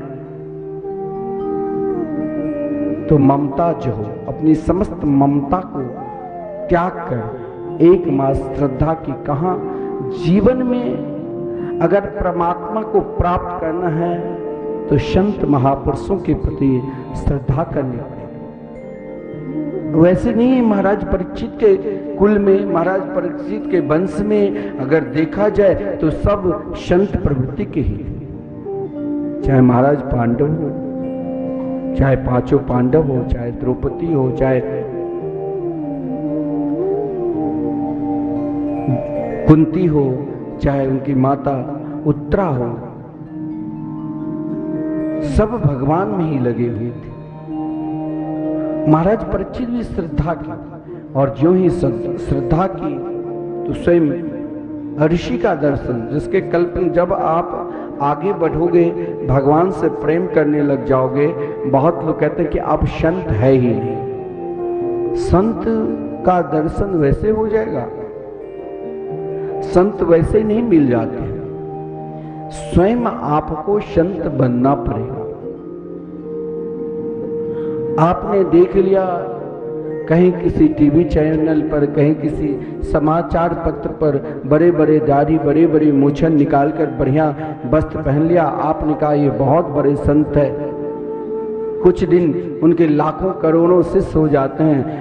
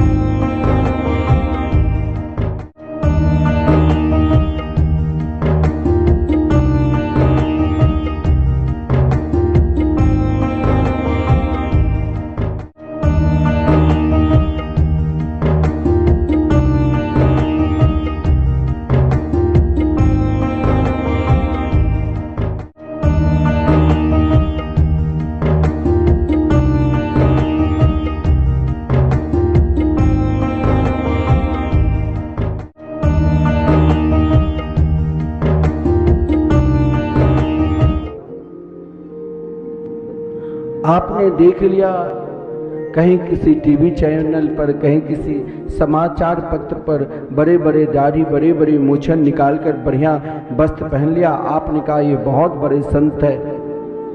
कुछ दिन उनके लाखों करोड़ों शिष्य हो जाते हैं, लेकिन आपको हो जाते हैं, लेकिन आपको पहले उनके अंदर भी सोचना चाहिए। घर है, इनके परिवार है, ये फैक्ट्री चला रहे हैं, ये आजकल महाराज केवल लोगों को गुमराह कर रहे हैं। संत अगर नहीं है तो जो संत पहले थे वो आज भी है। संत कभी संत का अंत ही नहीं होते। भागवत में स्वयं लिखा है, अत्रिर वशिष्ठ चवन सरद्वान नरेष्ट नेमि भिगुरंगिराश्च पराशरो गाधि सुतोथ राम उतत इंद्र प्रमदेद में माधव। जीवन में जब आप आगे बढ़ने लग जाओगे, संत महापुरुषों के द्वारा जो संप्रदाय से दीक्षित है, जो चार संप्रदाय है, जो संप्रदाय से दीक्षित है, जो वैष्णव धर्म को पालन कर रहे हैं, जिनके आचार्य परंपरा में अनेक आचार्य आ चुके हैं, जिन आचार्य परंपराओं के द्वारा उस गद्दी पर जब आचार्य उनको समझ जाते हैं कि अधिकारी हो चुके हैं, तब ही उन गद्दी की एक परंपरा रही है कि महाराज अब जैसे मैं इस गद्दी पर हूं, तो आप ये मत सोच लेना कि मैं और ये तो अभी छोटा सा बालक है।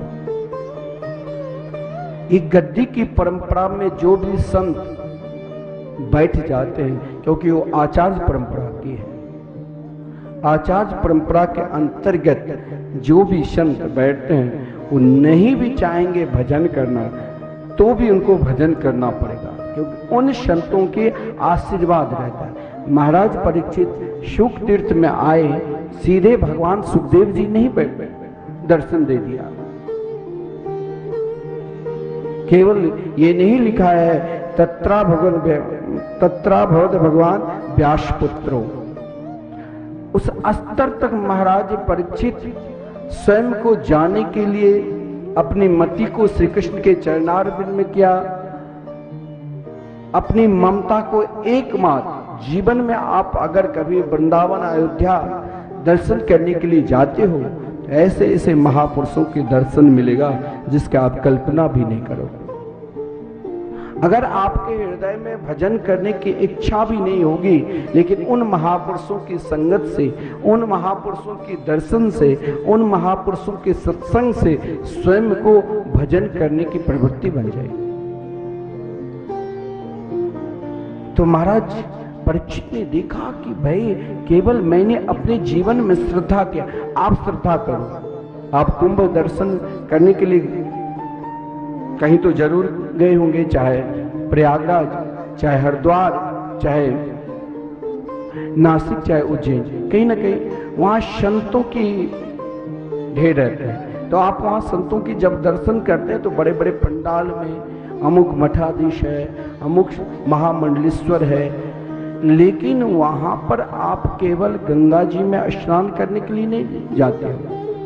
वहाँ एक ही श्रद्धा से हमें जाना चाहिए कि ऐसा ऐसा संत, वो संत कभी जाते ही नहीं, वो सदा हमें भगवान की ओर प्रेरणा दिलाते हैं कि अरे तुम सदा जीवन में संतों के प्रति प्रेम रखो, महापुरुषों के प्रति प्रेम रखो, संत के द्वारा बताए गए मार्ग पर चलो, तब ही तेरा कल्याण। उन महापुरुषों की धूल मेरे ऊपर जब पड़ता है तब भजन करने की प्रवृत्ति, और तब ही महापुरुष, कोई महापुरुष सदगुरु के रूप में मिलते हैं। महाराज परीक्षित गंगा किनारे जहाँ सुंदर दिव्याति दिव्य बट वृक्ष है, अद्भुत है।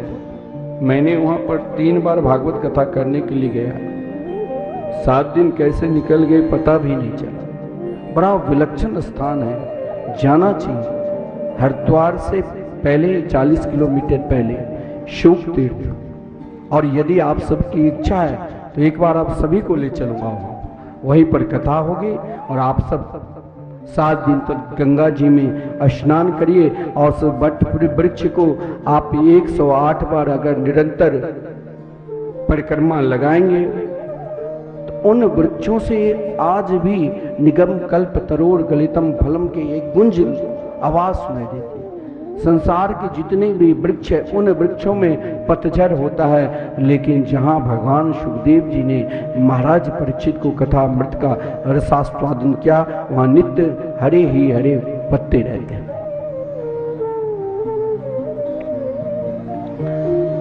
जो ही महाराज परीक्षित ने ममता को त्याग कर श्रद्धा की तो एक संत नहीं। देखो संत, बहुत लोग कहते हैं आजकल संत कहाँ हैं? अरे तुम स्वयं अधर्मी हो, संत पे ही धरातल टिका हुआ है जो आज भी है। महाराज अत्रि जी, जिनके यहाँ स्वयं ब्रह्मा विष्णु महेश, जिनकी पत्नी की परीक्षा लेने के लिए माता अनसुईया के पास पधारे थे। अत्रि, वशिष्ठ, च्यवन, अंगिरा, पराशर, विश्वामित्र, भरद्वाज, गौतम, पिपलाद, मैत्रेय ऋषि, व्यास जी, पराशर जी, अनेक ब्रह्मर्षि, देवर्षि, राजर्षि, सब में जब श्रद्धा की,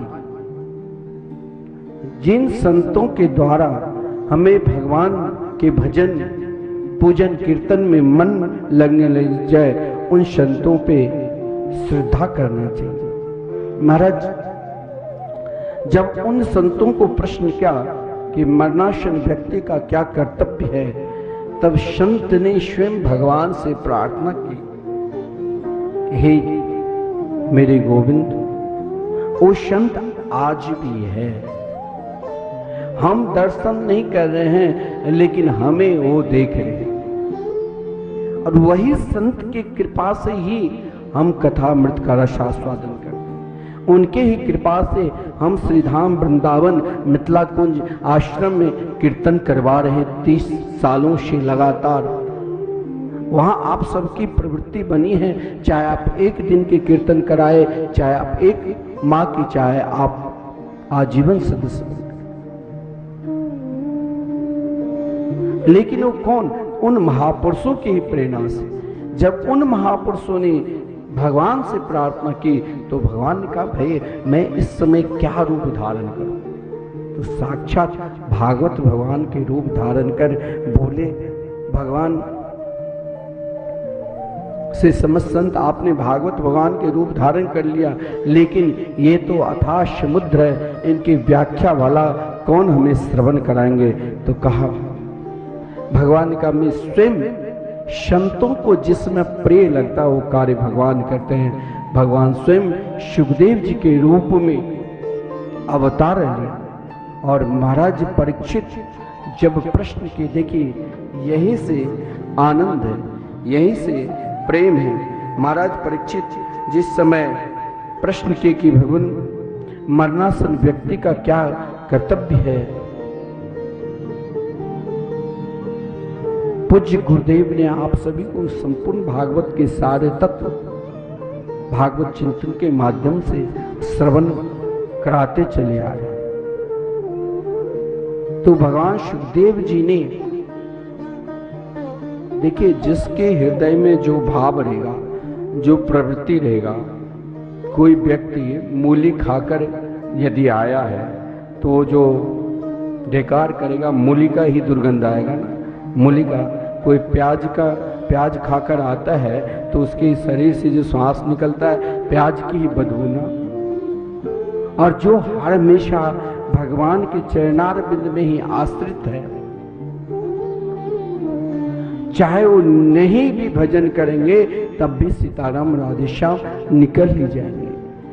तो महाराज परीक्षित के हृदय में तो एक ही मात कन्हैया बैठे हुए, ब्रह्म बैठे हुए।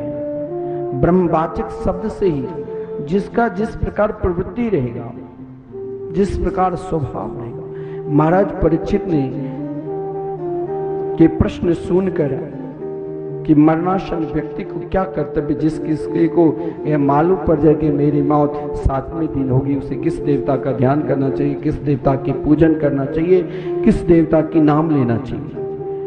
तो देखो भगवान सुखदेव जी ने कहा बरिया नेसेते प्रश्न कृतो लोक। अंत तक मुझे पढ़ते पढ़ते पढ़ते पढ़ते पढ़ते मैंने उतना ज्ञान प्राप्त कर लिया कि हम बहुत श्रेष्ठ हो गए। उन श्रेष्ठ बनने के बाद भी मेरे अंदर आज तक वो धर्म नहीं जगा। हमने जिसने हमें चलना सिखाया, जिसने हमें बोलना सिखाया, जिसने हमें पढ़ाया लिखाया, जिसने हमें युग बनाया, उन माता पिता को मैंने सर्वप्रथम लात मार दी। क्यों मार दी? किस लिए मार दी? क्योंकि अभी तक मैंने भगवान की कथा सुना ही। भाई हम तो कई बार सुन चुके हैं, रास्ते से जाते जाते सामने व्यास जी कथा कर रहे हैं, बैठकर कुछ मिनट सुन लिया, हमने तो कीर्तन गा लिया। बोले ऐसा नहीं सुना। श्रद्धा महाराज परीक्षित के विषय में कहा गया है प्रपक्ष चेम मेवार्थाम यन्मां पृच्छेत सत्तमा कृष्णानुभाव श्रवणे श्रद्धानो महामना। केवल जीवन में हमें श्रवण करना होगा। कहां पर, किस ओर? तो आज तक हमने जो भी कुछ प्राप्त किया वो केवल वहां तक कि हमने अपनी मति को, अपनी बुद्धि को केवल धन संपत्ति मौज मस्ती तक ही सीमित कर दिया। हमने अभी तक अपनी मति को श्री कृष्ण के चरणार बिंद में समर्पित नहीं किया। और जब हमारे हृदय में श्रद्धा जगा, जब हमारे हृदय में प्रेम प्रकट हुआ परमात्मा के प्रति, तब मैंने सोचा कि अब लड़के बच्चे लात मार रहे हैं, अपमान कर रहे हैं, जिससे मैंने यहां तक लाया, आज वो लात मार रहे हैं, अब मैं कहां जाऊं? अरे ये सब बेकार है, ममता आसक्ति। लेकिन अगर ये ममता, आप सोचोगे कि ममता को मैंने छोड़ दिया, मोह को मैंने छोड़ दिया, ये सब कहने और सुनने, मैंने आपको सुना दिया, आपने बैठकर कहा अब मोह माया मेरे पास नहीं है, ये सब ठकना होता है। अरे मोह तो जब अर्जुन को नहीं छूटा, संपूर्ण गीता श्रवण करने के बाद, जब महाभारत के युद्ध चल रहा था, एक पक्ष में पांडवों की सेना, एक पक्ष में कौरवों की सेना, युद्ध प्रारंभ होने ही वाला था। अर्जुन ने धनुष बाण फेंक दिया कि मेरे पिताश्री है, कि योग्य है, ये मेरे दादा है, मेरे परदादा है, मेरे भाई है, मेरे भतीजा है, मैं कैसे युद्ध करूं? भगवान ने कहा तूने अभी तक सुना नहीं। श्रवण, क्योंकि स्वयं महाराज परीक्षित को आदरणीय श्रीमान सुखदेव जी ने कहा जो समय निकल चुके, निद्रा हेते नक्तम, जो समय निकल गए उनकी चिंता मत करो, हमें वर्तमान को सुधारना है। और यही एक संतों का भी सिद्धांत है, महापुरुषों का भी सिद्धांत है। तस्मात् भारत सर्वात्मा भगवान निश्चरो हरि श्रोतव्य कीर्तितव्य अस्मर्तव्य चेक्षता भयम। महाराज श्री कृष्ण का अर्जुन तुमने सुना ही नहीं, अभी तक श्रवण नहीं किया। जिस दिन तुमने श्रवण कर लिया उस दिन दुनिया तुमको सब अधूरा लगने लग जाएगी। दुनिया में रहते हुए भी तुम्हारी दशा उन गोपियों की तरह हो जाएगी। भगवान ने रास पंचोदय में गोपी गीत में आप सुना होगा, भगवान ने उन गोपियों को छोड़ दिए, छोड़े नहीं, उनके निकट ही थे। अब उन गोपियों ने कहा मेरे पास कुछ आश्रय ही नहीं। लेकिन सुनते सुनते हमारे भी जीवन जब तक उन स्तर तक न पहुंच जाए, किन स्तर तक, उन गोपियों की जिसके जीवन में सब कुछ छूट जाए लेकिन एक ना छूटे, क्या? तब कथामृतम तप्त जीवनम कविभिरीडितम कल्मषापहम् श्रवणमङ्गलम् श्रीमदाततं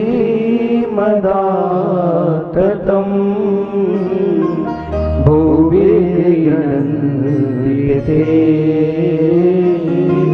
भूरिदा जना।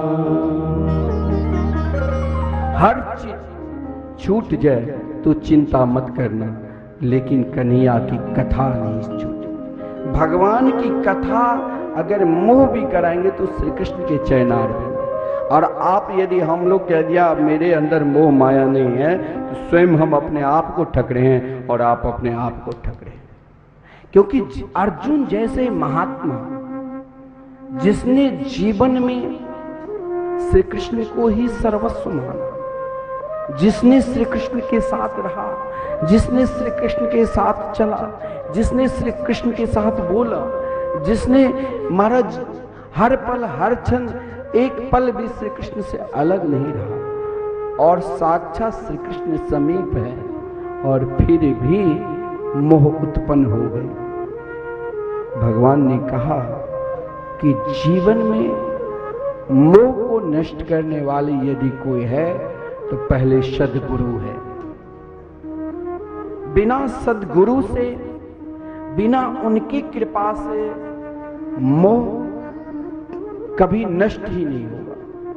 तो अर्जुन ने कहा कि महाराज मैंने तो अपने जीवन में गुरु अभी तक बनाया ही नहीं, मेरे जीवन के सर्वश्रेष्ठ गुरु तो आप ही हैं। शिष्यस्ते हम साधिमाम तो हम प्रपन्ना, भगवान ने गीता में। अर्जुन ने पहले शिष्य का भाव अपनाया, यानी शिष्यत्व बना। गुरु बनने की कोशिश मत करो, शिष्य बनने की कोशिश हर हमेशा करना चाहिए। जब महाराज अर्जुन ने शिष्य भाव लेकर कहा कि अब मेरा मोह नष्ट हो गया, भगवान ने कहा नहीं। बोले मैंने तो आपको गुरु बना दिया। नहीं, आजकल के शिष्य हो गए कि महाराज झोली माला चंदन कंठी और माला झोली ले लिया तो भाई हम तो अपने गुरु से भी सर्वश्रेष्ठ हो गए। गुरुदेव भी भजन करते हैं, हम भी भजन करते हैं, हमें उनमें क्या अंतर है? हो जाता है। इतना सिद्ध हो गए जो ऐसे महापुरुष यहाँ पर विराजमान होकर अपनी वाणी का आनंद दे रहे हैं कि महाराज ये समय तुम चाहे लाखों प्रयास कर लोगे ना, करोड़ों प्रयास कर लोगे ना, तो ये स्वयं के समझ लो कि हमारा सुंदर सौभाग्य बना है कि पूज्य गुरुदेव के मुखारबिंद से आज हम सब भगवान की कथा श्रवण कर रहे हैं। मैं तो उनके जितने भी शिष्य हैं उन सभी से निवेदन करता हूं कि इस समय अब नहीं, फिर दोबारा आप चाहोगे कि मैं करोड़ों रुपया खर्चा करके पूज्य गुरुदेव से श्रवण कर लूं, असंभव है।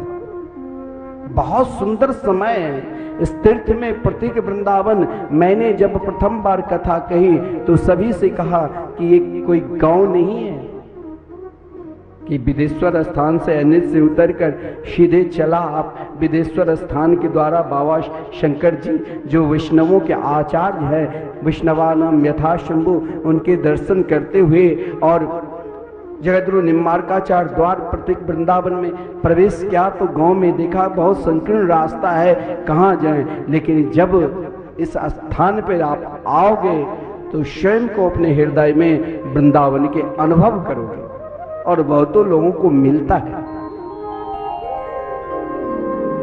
और महाराज मैं सबसे आमंत्रण दे रहा हूं कि आप जरूर कम से कम एक दिन 24 घंटे 3 दिन रहकर, हो सके तो 7 दिन संकल्प लेकर सब काम छोड़कर पूज्य गुरुदेव के द्वारा जो उनके अमृत वचन निकल रहे हैं, एक एक शब्द केवल दर्शन और न्याय ही नहीं, उन शब्द में केवल हमें भगवान की ओर प्रेरणा देते हैं। प्राणी मात्र की क्या प्रेरणा होनी चाहिए? मैंने तो यही सोचा कि यह शब्द उपस्थित होकर ये आनंद लेंगे और गुरुदेव के जो सब संकल्प है क्या आपके द्वार पर ही जाए। शिष्य को आना चाहिए गुरुदेव के द्वार पर, गुरुदेव को शिष्य के द्वार पर तब जाना चाहिए जब शिष्य उस योग्य हो जाए। गुरुदेव का संकल्प है कि भागवत मंदिर श्रीधाम वृंदावन में बनना है तो बनेगा ही।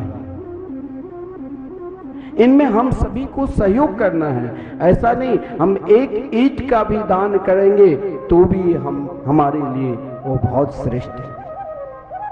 हम एक श्लोक का भी दान करेंगे वो भी हमारे लिए श्रेष्ठ है। हम श्रीधाम वृंदावन में नित्य निरंतर अखंड संकीर्तन कराएंगे। अरे 21,000 क्या है? एक छोटा सा कार्य आप करोगे तो उतना खर्चा हो जाता है, परंतु हमारे अंदर वो जागृत हो मोह माया। और कभी मिलेंगे, बहुत शिक्षक लोग रिटायर हो जाया करते थे। मैंने पहले गुरुदेव के निकट जब उनकी सेवा में तो हमेशा रहने के सौभाग्य मिला, तो शिक्षक लोग कहते थे गुरुदेव जब हम अब रिटायर हो जाएंगे तो केवल वृंदावन में सेवा में ही हर हमेशा आपकी सेवा में ही रहेंगे। मैं तो एक भी सेवक को नहीं देखता हूं कि यहाँ जब हमारे एक दिन माधव जी जाते तो दूसरे कोई सेवक यहाँ उपस्थित रहे। ये तो बहाना है। बहाने से तो हम लोग भगवान को भी ठग लेते हैं। बहाने ही तो अर्जुन ने भगवान से यही कहा, हमने आपके शिष्य बन गए तब भी मेरे अंदर मोह है ही। हे प्रभु मेरे मोह का नष्ट कर दीजिए। भगवान ने कहा इसके लिए तो श्रोतव्य है, श्रवण करना पड़ेगा भगवान की कथा। मोह माया, मोह नष्ट नहीं होता है, मोह परमात्मा के चरणार बिंद में आश्रित हो जाता है। माया नष्ट हो ही नहीं सकती क्योंकि माया स्वयं भगवान की स्वरूप है। माया भगवान के चरणार बिंद में आश्रित हो जाती है। माया क्या है? हमने बहुत सुंदर महल बनाया, हमने बहुत सुंदर मंदिर बनाकर ठाकुर जी को बैठाएंगे, स्वयं अपने हाथ से श्रृंगार करेंगे, स्वयं नाना प्रकार के भोग स्वयं बना बना, जैसे प्रत्येक वृंदावन में ठाकुर जी को हर उत्सव हमारे श्री घनश्याम बाबू जिनकी धर्मपत्नी श्यामा देवी, हम लोग वृंदावन में भी रहते हैं तो हर हमेशा भगवान के हर उत्सव में जो भोग लगना चाहिए वो भोग लगता ही। अभी भी रोज कुछ ना कुछ माया नष्ट नहीं होती। कोई चाहेंगे कि माया मैंने नष्ट कर दी, माया कभी नष्ट हो ही नहीं सकता।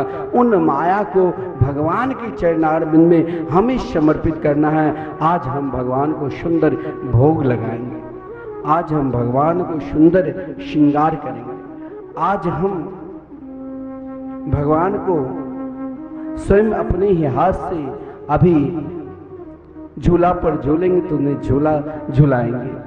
ये भाव, ये भी माया, जैसे माया महाराज हमें ये करना है, हमें ये करना है, अगर उन्हीं माया को भगवान के चरणारविंद में हमने समर्पित कर दिया तो सब कुछ भजन ही है। अर्जुन ने कहा कि हम आपके शिष्य बन गए, लेकिन शिष्य बनने के बाद भी हे प्रभु मेरे अंदर मोह क्यों नहीं नष्ट होता है? भगवान ने कहा कि ये मोह मन आप मेरे को दे दो। गीता में कहीं वर्णन नहीं है कि अर्जुन ने मन भगवान को दे दिया, कहीं वर्णन है? वो तो व्याख्या गीता एक सूत्र है और व्याख्या भागवत में लेंगे। ता मन मनस्का भाव, मन किसने दिया? तो ब्रज की गोपियों ने, ब्रजांगनाएं ने। तो अर्जुन ने कहा मुझे सुनाओ भगवान ने संपूर्ण गीता श्रवण करा दी। संपूर्ण गीता श्रवण करने के बाद अर्जुन ने कहा अब मेरे हृदय में मोह है ही। हम लोग कहते अब तो हम तो बहुत भजन पूजन कीर्तन कथा श्रवण के मोह नष्ट हो गए। अर्जुन को स्वयं भगवान वक्ता होकर संपूर्ण गीता श्रवण करा दिए, तब भी मोह नहीं नष्ट हुआ। और स्वयं अर्जुन ने कहा अब अंतिम गीता के श्लोक है कि प्रभु अब मेरे अंदर मोह नष्ट हो गया है, अब मेरे अंदर मोह है ही नहीं। मैंने अपने संपूर्ण मोह को नष्ट करके हे गोविंद, हे मेरे प्रभु, मेरे मोह केवल आपके चरणार बिंद में समर्पित हो गए हैं। अब मेरे हृदय में तनिक मोह है ही नहीं। अब तो आप अपने चरणार बिंद के दास बना दो। लेकिन वही अर्जुन के पुत्र जब महाभारत के युद्ध में मारा गया था ना, तो अर्जुन पागल की तरह धनुष कहीं फेंक दिया, बाण कहीं फेंक दिया, और महाराज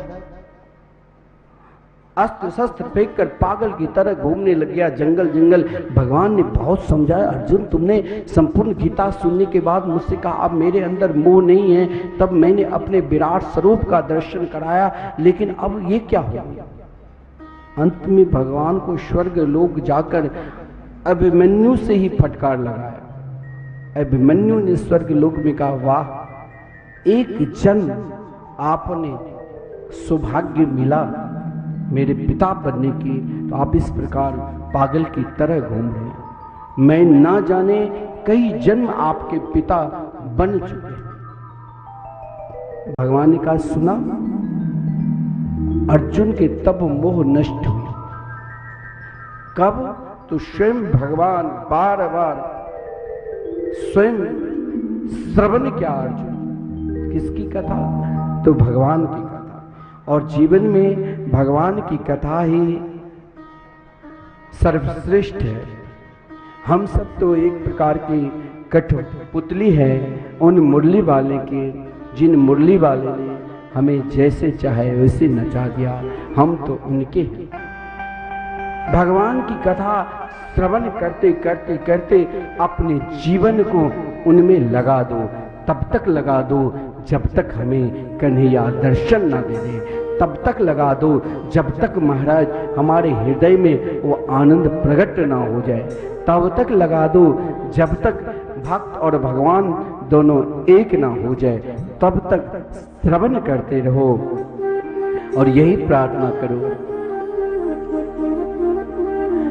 जीवन है तेरे हवाले मुरलिया वाले, जीवन है तेरे हवाले मुरलिया वाले, जीवन है तेरे हवाले मुरलिया वाले, जीवन है तेरे हवाले मुरलिया वाले, प्यारे मुरलिया वाले, मुरलिया वाले, प्यारे मुरलिया वाले, आपके साथ तारी सेवा करते प्यारे मुरलिया वाले, आके मुरलिया वाले, प्यारे मुरलिया वाले, आके मुरलिया वाले, जीवन है तेरे हवाले मुरलिया वाले, जीवन है तेरे हवाले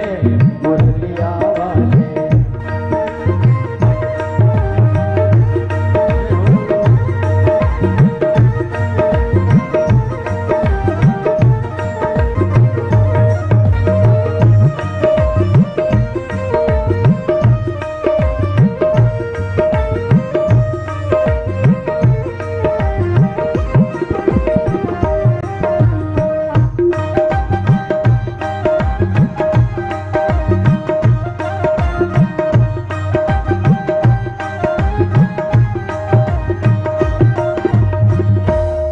हम तो कटे पुतली तेरे हाथे, हम कठपुतली तेरे हाथ की, हम कटे पुतली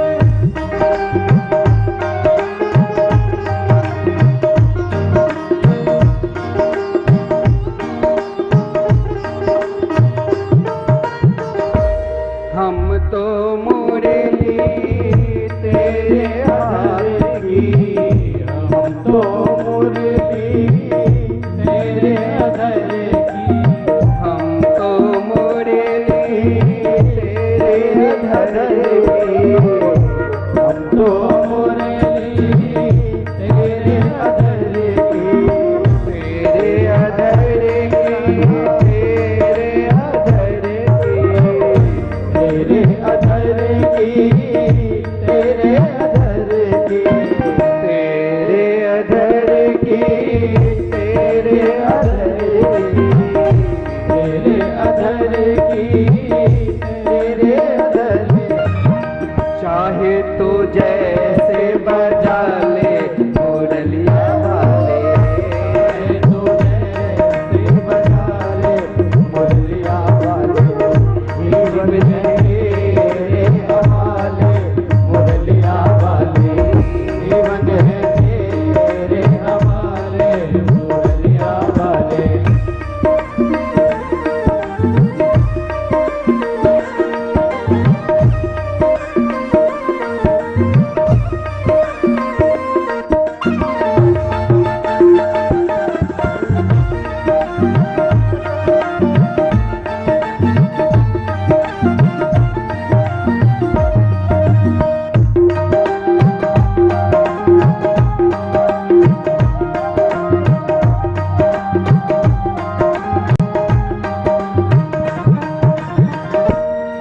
हम तो दासी तेरे चरण की, हम तो दासी तेरे चरण की, हम तो दासी तेरे चरण की, हम तो दासी तेरे चरण की, तेरे चरण की, तेरे चरण की, तेरे चरण की, तेरे चरण की, तेरे चरण की, तेरे चरण की, तेरे चरण की, तेरे चरण की।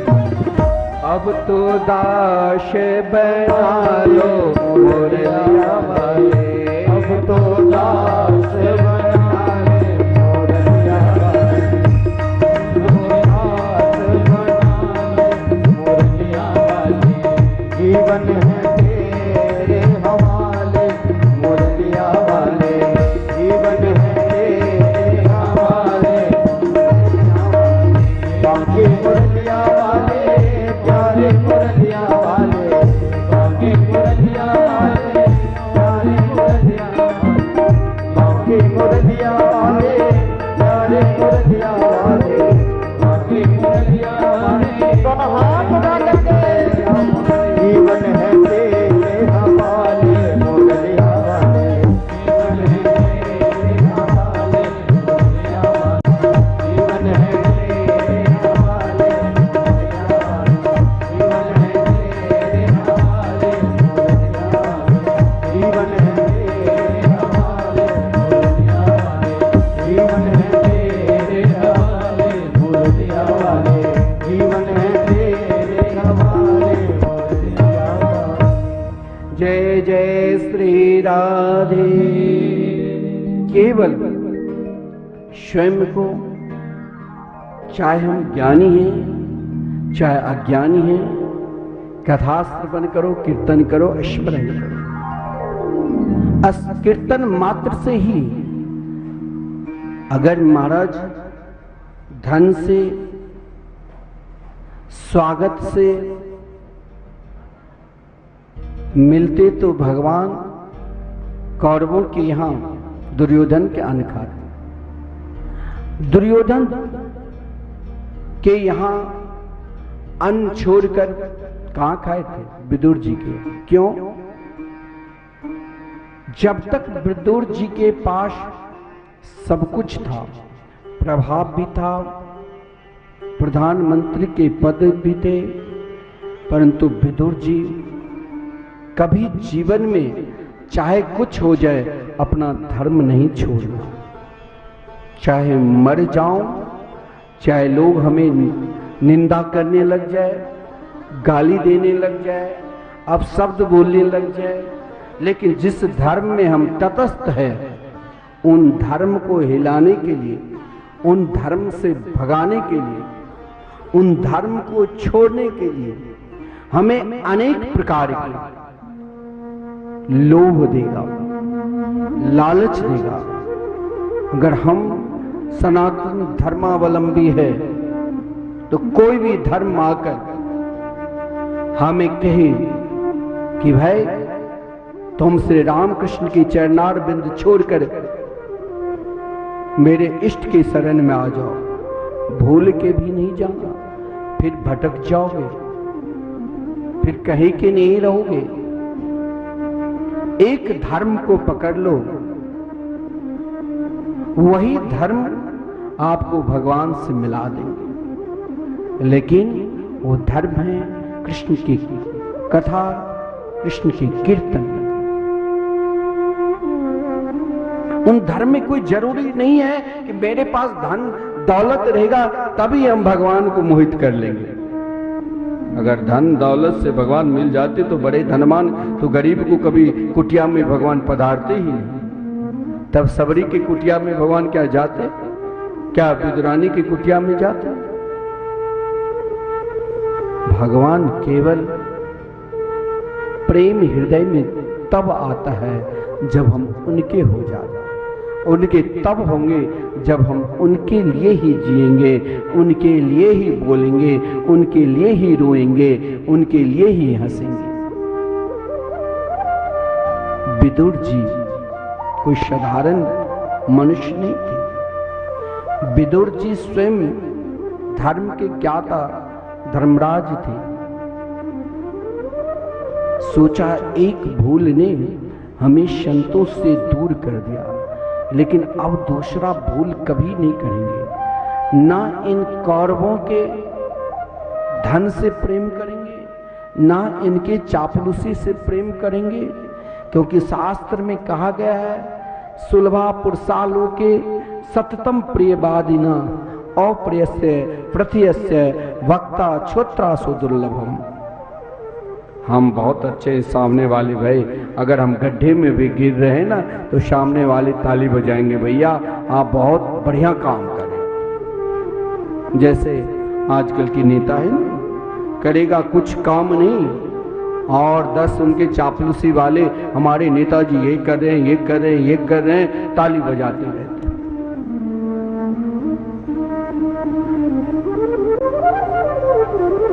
ये आज से नहीं, अनादिकाल से कौरवों के ताली बजाने वाले तो बहुत थे, लेकिन सही बात कहने वाले एक महात्मा विदुर ही थे, जिसने महाराज चाहे कुछ हो जाए, चाहे कोई नाराज हो जाए, चाहे कोई खुश हो जाएगा, एक पल के आप सही बात किसी को कहोगे तो एक पल के लिए तो महाराज उसे लगेगा महाराज सब हमारी प्रशंसा कर रहे हैं, सामने वाले बैठकर क्यों हमारी निंदा कर। लेकिन जो निंदा की उसी को एक दिन आपको पूजा करना पड़ेगा, क्योंकि उसने आपको सही मार्ग बता दिया। विदुर जी अगर धर्मराज रहते तो भगवान बार बार दर्शन देने के लिए नहीं जाते। संत के कभी कभी श्राप भी कृपा में बरस जाता है। स्वयं धर्म के ज्ञाता धर्मराज विदुर जी ने एक बार जब मांडव ऋषि को सूली पर राजा ने चढ़ा दिया तो मांडव ऋषि को देखकर राजा घबरा गए। तो जब घबरा गए तो मांडव ऋषि को छोड़ दिया, भाई ये तो साक्षात सिद्ध संत है। लेकिन मांडव ऋषि विदुर जी के पास जाकर कहा, विदुर जी यानी धर्मराज के पास जाकर कहा, अरे मुझे किस गलती के कारण अपराध बना। जीवन में दो बार गलती भगवान माफ कर देते। पहला गलती यदि हम बाल्यावस्था में 5 साल के 10 साल तक कोई हमसे गलती हो जाए तो भगवान माफ कर देते। और दूसरा हमने जो आज तक गलती की और महाराज जिस दिन हम अपने गुरुदेव श्री वैष्णवी दीक्षा प्राप्त कर लेते हैं उस दिन आज तक जो हमने जो गलती की अपराध हुआ, पाप हुआ, वो सब नष्ट हो जाते हैं, पुनर्जन्म हो जाते हैं। पुनर्जन्म यानी जब हम दीक्षा लेकर तिलक करने लग जाते, देखिए तिलक हर व्यक्ति को करना चाहिए, चाहे वो वैष्णव है चाहे वो वैष्णव है, हर व्यक्ति को तुलसी पहनना चाहिए। अरे जब मरने के बाद महाराज आपको शरीर राख हो जाता है तब वहां उस पर क्या रखाते हैं? तुलसी के वृक्ष ना। हर व्यक्ति को तुलसी के माला पर जाप करना चाहिए। हमारे पूज्य गुरुदेव कहा करते हैं कि आप भजन करो। बहुत लोग कहते हैं हम बहुत कुछ खा रहे हैं, बोले अपने आप छूट जाएगा, आप तो पहले प्रारंभ तो करो। कि पहले ही प्रश्न कर दिया। मैं तो आप सभी से कहता हूं, संपूर्ण गांववासी से और महाराज सभी को श्रद्धा चैनल के माध्यम से हर व्यक्ति को माथे पर तिलक करना चाहिए। तिलक से क्या होता है? जब तक तिलक नहीं, उस मस्तक को प्रेत का मस्तक माना गया, क्योंकि हमारे सामने स्वयं भगवान भी कभी न कभी गुजर जाते हैं, बड़े बड़े महापुरुष भी गुजर जाते हैं। हम उनको प्रत्यक्ष इस आंख से दर्शन नहीं कर पाएंगे, वो हमें दर्शन करके जब मेरे मस्तक पर तिलक देखता है तो कहा ये स्वयं वैष्णव है। सनातन धर्मावलंबी जो भी है, ना कुछ मिले तो जिस मिट्टी पे भारत भूमि पर हम हैं उस मिट्टी को ही तिलक लगा लेना चाहिए, लेकिन तिलक सभी को लगाना चाहिए। गधा के योग्य भी कोई मनुष्य है, उनको भी तिलक लगाना चाहिए। तिलक लगाना कोई महाराज कहीं किसी शास्त्र में वर्जित नहीं है। तिलक लगाना हर शास्त्र में कहा गया है। भगवान के भजन करना, झोली माला लेकर या वैसे भगवान के भजन करना सभी को कहा गया, यहां किसी की रोक नहीं। हाँ, लेकिन शरणागति मंत्र गुरु के द्वारा, सदगुरु के द्वारा प्रदत्त जो मंत्र होता है, उन मंत्र का जाप करने के अधिकारी जिसने दीक्षा ली। या तो महाराज दीक्षा ये नहीं जो किसी ने कह दिया हो गया, दीक्षा कान, वो भी दीक्षा किसे? तो वैष्णव विरक्त से। तो जिस दिन सदगुरु दीक्षा देते हैं और नाम बदल देते हैं उस दिन पुनर्जन्म होता है। आपने अगर यहाँ रोज सत्संग में आते हैं तो पूज्य गुरुदेव से आप श्रवण किए होंगे जरूर, वो चोर की जो कथा है, चोर की कथा मालूम है? जो चोर चोरी करने के लिए, जैसे यहाँ भीड़ है, कोई आपके घर में जाकर चोरी कर ले और पड़ोसी उन्हें, मैं संक्षेप में बता देता हूँ, पड़ोसी ने उनको पकड़ लिया, बोले जब आएगी कथा सुनकर तब इनको पकड़ कर ले जाऊंगा राजा।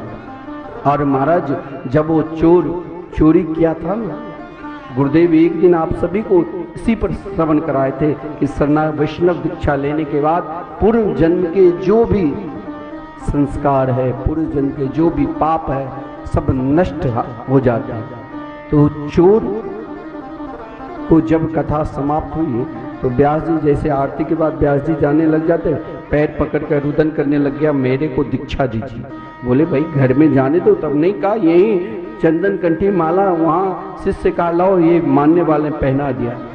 जब वो लोग देखा कि महाराज आरती के बाद में व्यास जी से बात करते, इन चोर को दीक्षा दे दिया। कहा इस चोर को दीक्षा क्यों दी? तो माल लंपट लुच्चा चोर है, इसने अभी अभी चोरी की है मेरे घर में। इनकी अभी वो चोर ने कहा जरा हमारी परीक्षा ले लो। महाराज लोहे की गोली, एक लोहे का 1 किलो का मानो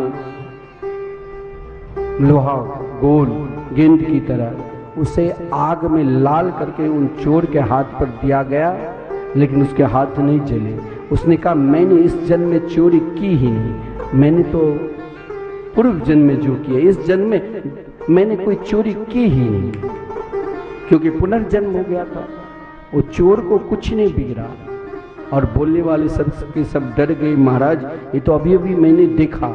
तब उस चोर ने कहा, जब आपने गुरुदेव कथा में कही कि महाराज 2 बार भगवान क्षमा कर देते, या तो बाल्यावस्था में किसी प्रकार के पाप हो जाता है, या जिस दिन हम शरणागति दीक्षा प्राप्त कर लेते हैं सदगुरु के द्वारा, उस दिन अगर कोई पाप आज तक जो भी हम किए होंगे वो सब नष्ट हो जाता है। पुनर्जन्म, उस फिर पुनर्जन्म में तो हमें पल पल संभल कर चलना पड़ता है। पुनर्जन्म में तो महाराज उस चोर का कल्याण हो गया, वो आगे की गोला भी कुछ नहीं बिगाड़ा। पूज्य गुरुदेव ने इसके विषय में बड़ा भावपूर्वक समझा।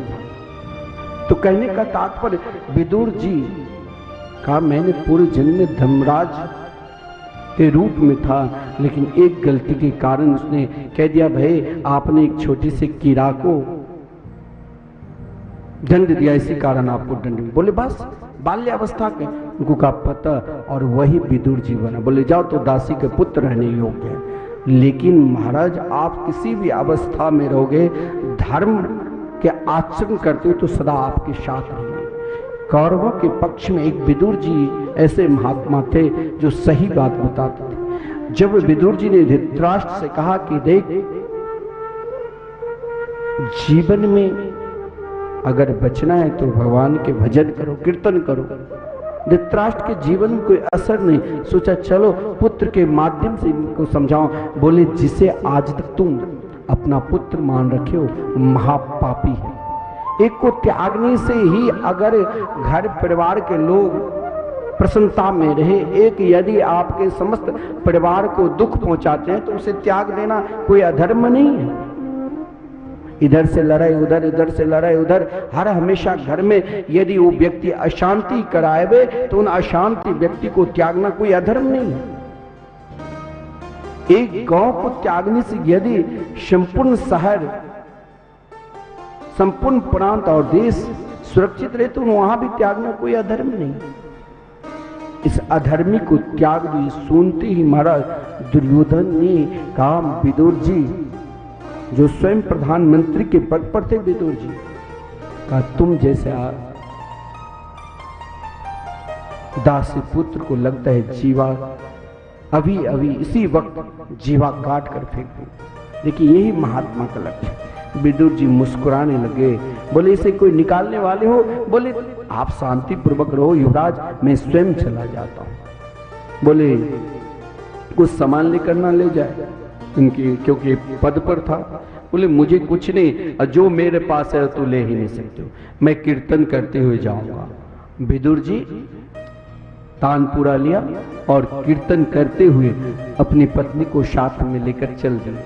लेकिन अगर महाराज आपने कोई भगवान के कीर्तन कर रहे हैं, भगवान के नाम जाप कर रहे हैं, दान पुण्य कर रहे हैं, उन व्यक्ति को कभी विघ्न नहीं डालना चाहिए। वो क्या करेगा? आपको कुछ नहीं कहेगा। सह निर्गतः कौरव पुण्य लब्धो, जैसे विदुर जी ने कौरवों को पुण्य लेकर चल दिए, महात्मा को अपमान ही आपका पुण्य नष्ट कर देगा। लेकिन जीवन में देखिए विदुर जी को कुछ नहीं मिला, एक झोपड़ी में रहकर विदुर जी आजीवन भगवान के भजन करने लगे। लेकिन जब भगवान आए तो क्या भगवान जहां बहुत सारे धन था वहां पर पधारे। धन से अगर खुश कर लेता तो दुर्योधन और धृतराष्ट्र भगवान को खुश कर लेते। हजारों गोवे दान करने लग गए। महाराज पूरे हस्तिनापुर में नई दुल्हन की तरह हस्तिनापुर को सजा दिया था। जहां जो ही भगवान हस्तिनापुर की सीमा पर आए, महाराज हजारों ब्राह्मणों के द्वारा स्वस्ति वाचन फूलों की बारिश करने लगे। तो क्या धन से भगवान खुश हो जाते?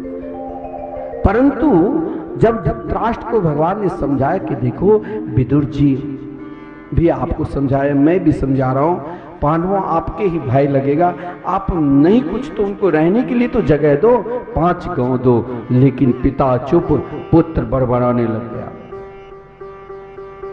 पुत्र कहने लगे अरे मैं इनको 5 गांव क्या सुई के बराबर भी जगह नहीं दे सकता। चिल्ला रहा था। दुर्योधन अधर्मी था, लेकिन धृतराष्ट्र ने कहा कि ये भाई भाई की लड़ाई है, आप बीच में क्यों पड़ते? चलो खाने के लिए, आपके लिए 56 भोग तैयार है। भगवान ने मुस्कुराते हुए कहा अरे धृतराष्ट्र, क्या तुम अपने धन से हमें खरीदना चाहते हो? मैं खाऊंगा यहीं पर, लेकिन कहां जो मेरे लिए ही जीते हैं, जो केवल मेरे को ही पुकारते हैं, हर स्थिति में हर परिस्थिति में एकमात्र मेरे ही कीर्तन करते रहते हैं। विदुरानी प्रभु के कीर्तन गा रहे थे, हे मेरे गोविंद, हे मेरे गोपाल, मुझे कब दर्शन दोगे।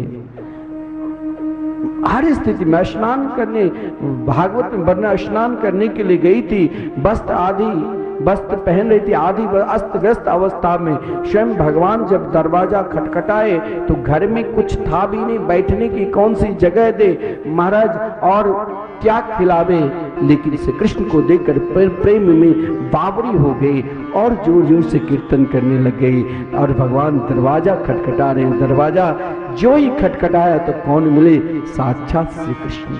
और स्वयं श्री कृष्ण महाराज, हम बड़े बड़े यज्ञ में और बहुत बड़े बड़े दानी सोने चांदी के सिंहासन पर भगवान को कहते हैं आओ बैठो, भगवान नहीं बैठते हैं। आज भगवान ने स्वयं एक पीढ़िया लकड़ी की छोटी सी तख्त पर भगवान बैठकर कहा मुझे भूख लगी है। 56 प्रकार के व्यंजन को तिरस्कार कर आज भगवान कहते मुझे भूख लगी। और सब गदगद, पूरे ब्रह्मांड गदगद है कि देखो प्रभु आज कहाँ खा रहे हैं। एक भक्त ने पुकारा, क्या आज हरि आए विदुरे घर पावना, आज हरि आए विदुरे घर पावना, आज हरि आए विदुरे घर पावना, आज हरि आए विदुरे घर पावना, विदुर घर पावना, विदुरानी घर पावना, विदुर घर पावना, विदुरानी घर पावना, विदुर घर पावना, विदुरानी घर पावना, विदुर घर पावना, विदुरानी घर पावना, आज हरि आए विदुर घर पावना, हरि आए विदुर घर पावना, आज हरि आए।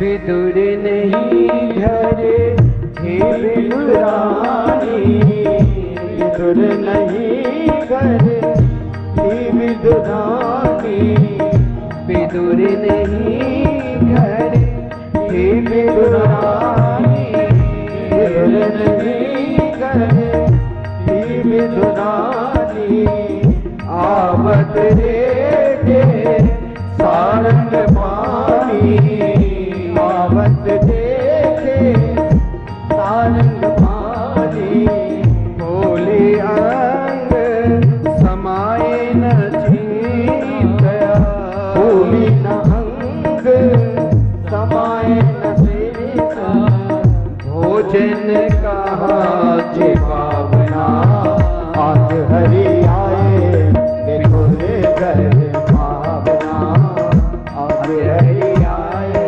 विदुर घर पावना, आज हरि आए।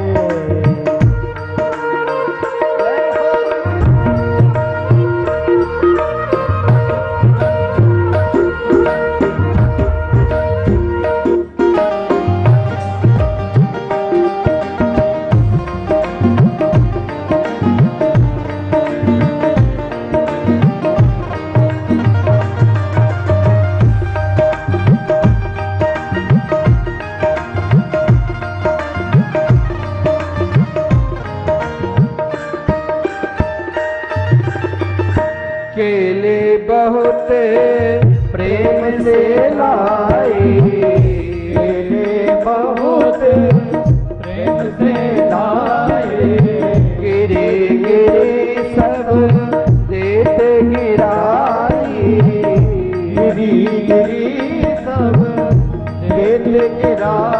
छिलका देते श्याम मुख माही, छिलका देते श्याम मुख माही, लागे परम सुहावना आज हरि आए विधुर घर भावना, आज हरि आए विधुर घर भावना, आज हरि आए विधुर घर भावना, विधुर घर भावना, विधुरानी घर भावना, विधुर घर भावना, विधुरानी घर भावना, आज हरि आए विधुर घर भावना, आज हरि आए विधुर घर भावना, आज हरि आए विधुर घर भावना, आज हरि आए। केवल ठाकुर जी भक्त के प्रेम के आगे, देखिए विदुर जी थे भी नहीं, लेकिन विदुरानी के प्रेम में भगवान इस प्रकार छिलका खा रहे हैं। विदुर जी आकर बहुत फटकार आ रहे तो छिलका कन्हैया को खिला रहे हैं, जो माखन मिश्री खाने वाले। आज तुमने मेरे गोविंद को छिलका खिला दिया, तूने ठीक नहीं की विदुरानी। ठाकुर जी ने कहा कि देखो विदुर जी, जो स्वाद मुझे उन छिलका में मिला वो कहीं नहीं, क्योंकि एक बार उद्धव जी ने जब श्री कृष्ण से मिला और श्री कृष्ण ने संपूर्ण भागवत उद्धव जी को श्रवण करा दिए, तो उद्धव जी ने पूछा, प्रभु एक बात बताओ, मैं ये जानना चाहता हूं, संसार के हर प्राणी आपको भोग लगाते हैं अपने अपने भाव के अनुसार, अपने अपने प्रेम के अनुसार, और इतनी जगह मंदिर में इतने भक्तों के हृदय में बैठकर हर व्यक्ति सब भगवान को कुछ न कुछ समर्पित ही करके तभी खाते और आपको भोग लगाते हैं। लेकिन मैं ये जानना चाहता हूं, माता यशोदा की तरह और माता कौशल्या की तरह, माता यशोदा की तरह कोई आपको प्रेम से खिलाए? भगवान के नेत्र सजल हो गए। भगवान ने कहा, उद्धव मैं तो केवल भाव के ही भूखे हूं, भाव ही तो सार है, और भाव से जो भजता मुझे उसे मैं केवल भव से बेड़ा पार कर देता हूं। हे उद्धव, इन 24 अवतारों में मैंने 2 जगह जो स्वाद मुझे माता कौशल्या के भोजन में मिला, क्योंकि कभी कभी दही भात लेकर ठुमुक ठुमुक कर प्रभु चलते कभी गिर पड़ते, और जो प्रेम माता यशोदा की माखन में मिला, क्योंकि जिस समय भगवान जाने लगे थे मथुरा, तो कहा यशोदा ने माखन ही दिया था, तो कहा अरे तुम तो देवकी के पुत्र हो, वसुदेव की पुत्र हो। तो कन्हैया ने कहा, अरे मैया तो क्या कह रही हो, मैं तो नंद नंदन हूं, मैं तो यशोदा के लाडले लाल हूं। मैया ने कहा था कि मैंने एक मटकी के कारण तूने मटकी फोड़ दिया, तो मैंने तेरे को उखल में बांध दिया।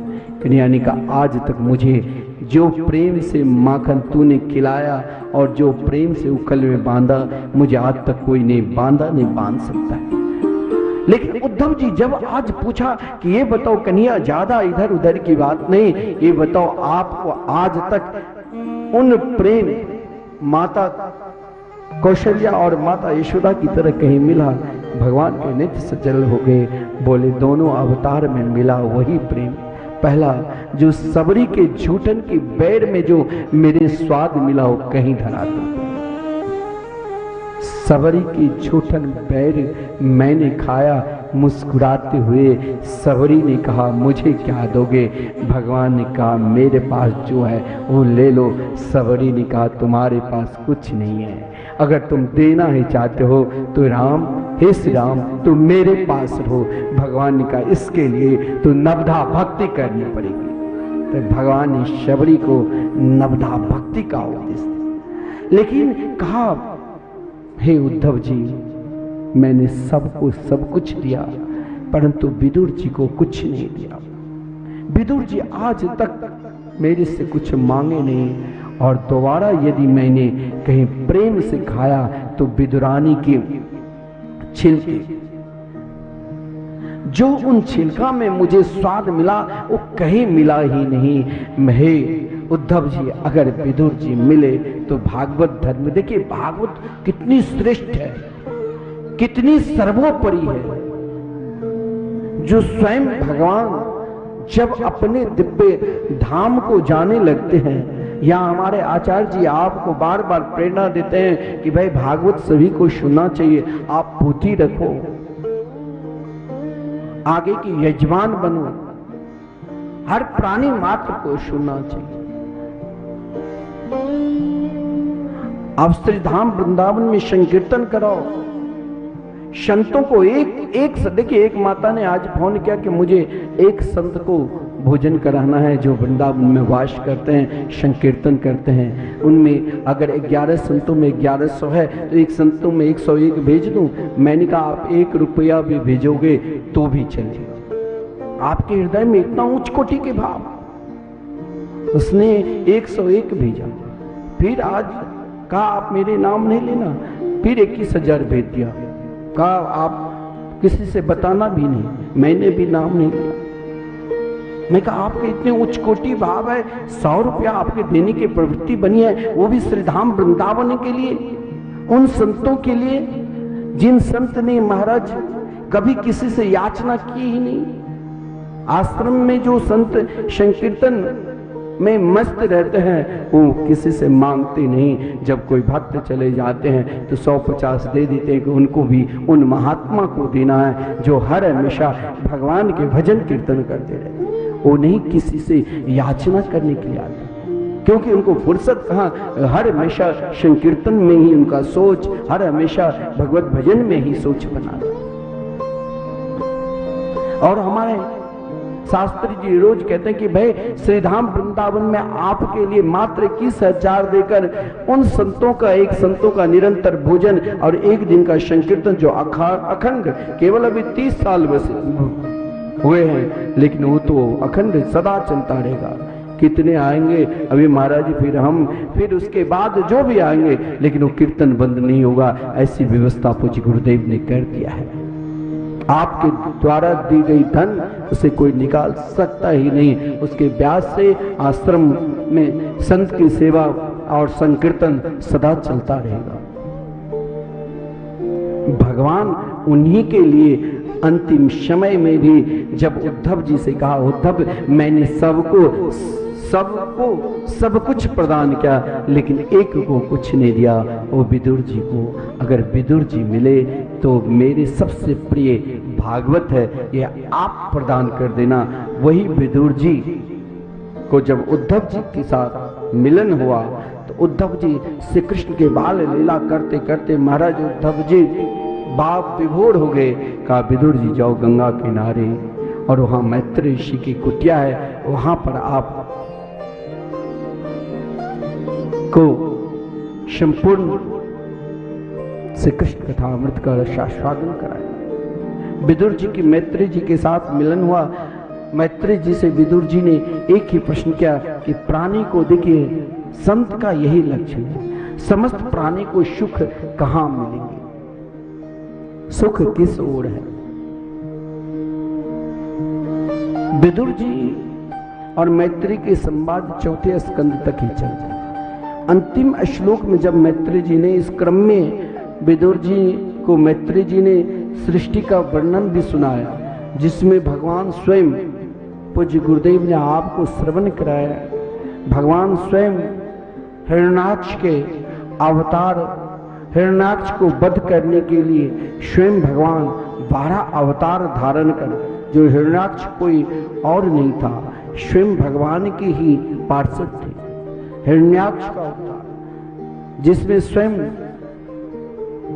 भगवान ज्ञान के अवतार लेकर माता देवहूति को सुंदर भागवत धर्म का उपदेश दिया, जिसमें स्वयं भगवान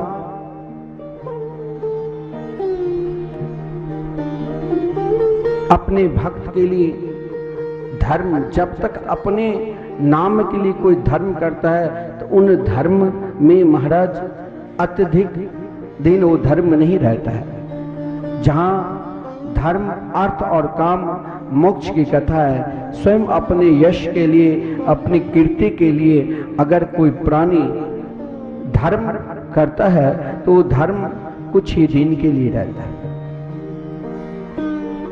मनु महाराज के जो 3 पुत्री है, आकुति, देवहूति और प्रसूति, जिनकी पुत्री सती जीवन में अपना लिए धर्म ना कर। अरे महाराज, तो हम किसके लिए धर्म करें? स्वयं को अपना यश हो, अपनी ही प्रतिष्ठा बनी रहे और सब मेरे ही गुणगान करे, ऐसा अगर हम धर्म करते हैं, उन धर्म में कभी अधर्म भी हमसे हो जाता है। उन धर्म में कहीं न कहीं अधर्म भी छुपा है। वो धर्म हर हमेशा, हर पल मेरे साथ नहीं रहेगा। जिस क्रम में भगवान ने दक्ष प्रजापति के विषय में आप जानते ही हो, सती चरित्र। महाराज दक्ष के अंदर क्या था? महाराज दक्ष के अंदर एक ही अभिमान बसा हुआ था। क्या? तो मैं ही सर्वोपरि हूं। स्वयं प्रजापति थे, समस्त धर्म के ज्ञाता, समस्त उपनिषद के ज्ञाता, समस्त देवताओं के में सर्वश्रेष्ठ बन गया था।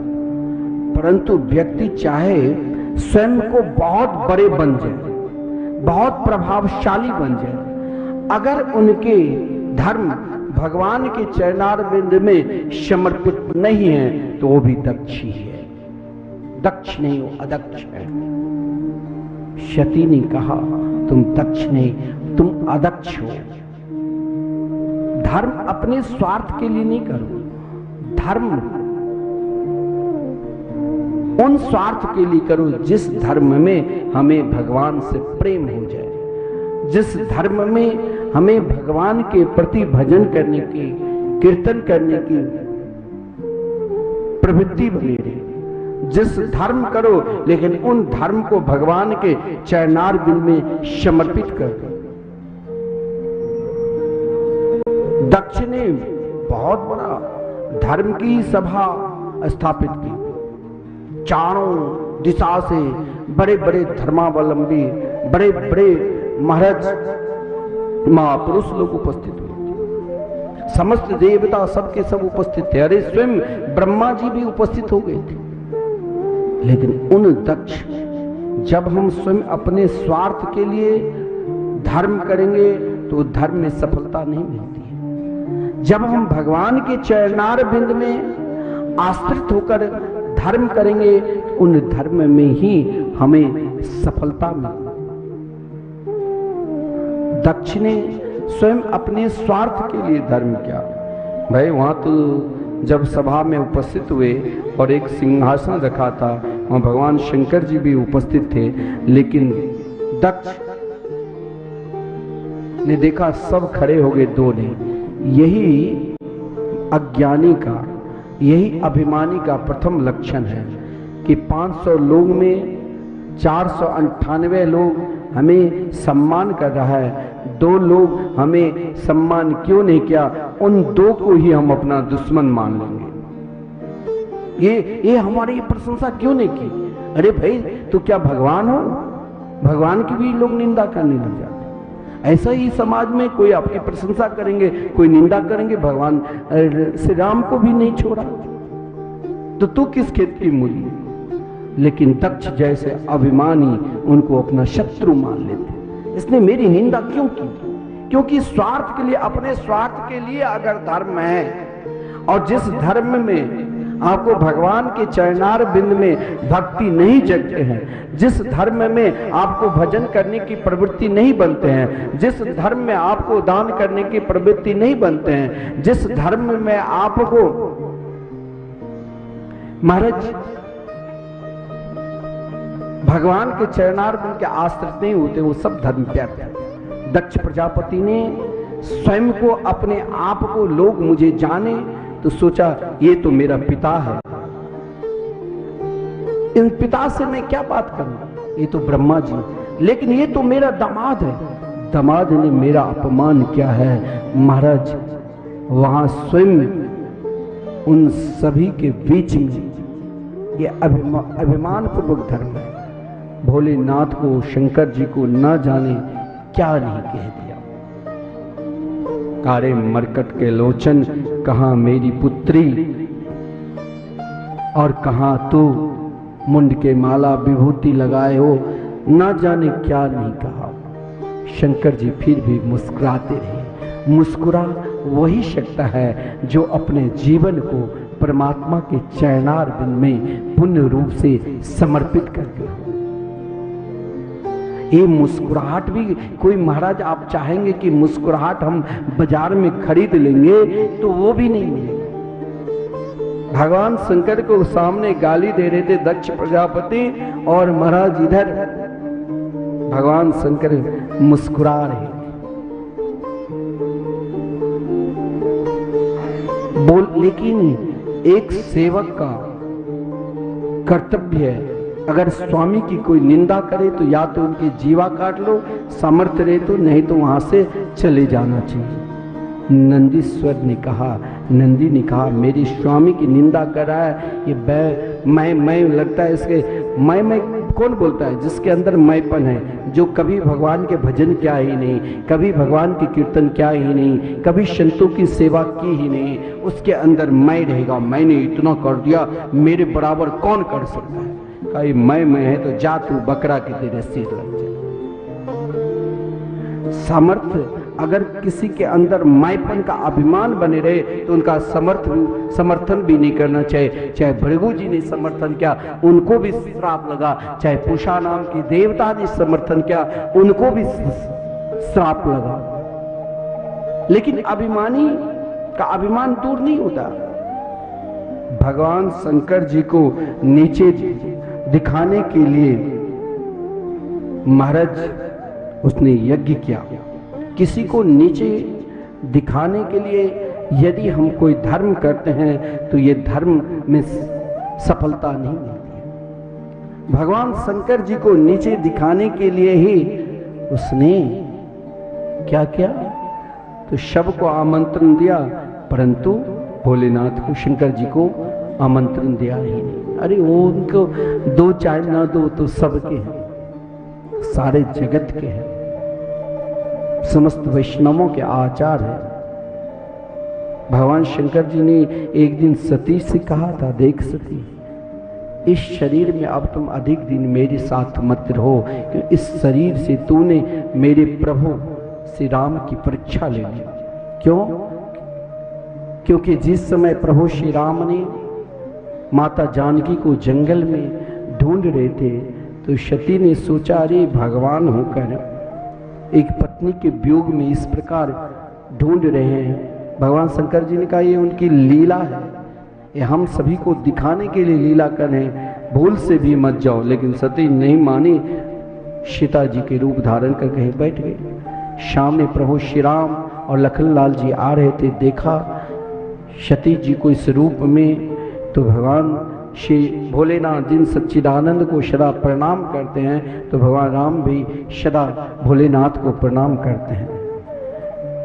तो जो ही दिखा सती को इस रूप में, तो भगवान प्रणाम करने लगे और कहा, जोरी पानी प्रभु की न प्रणामो, जोरी पानी प्रभु की न प्रणामो,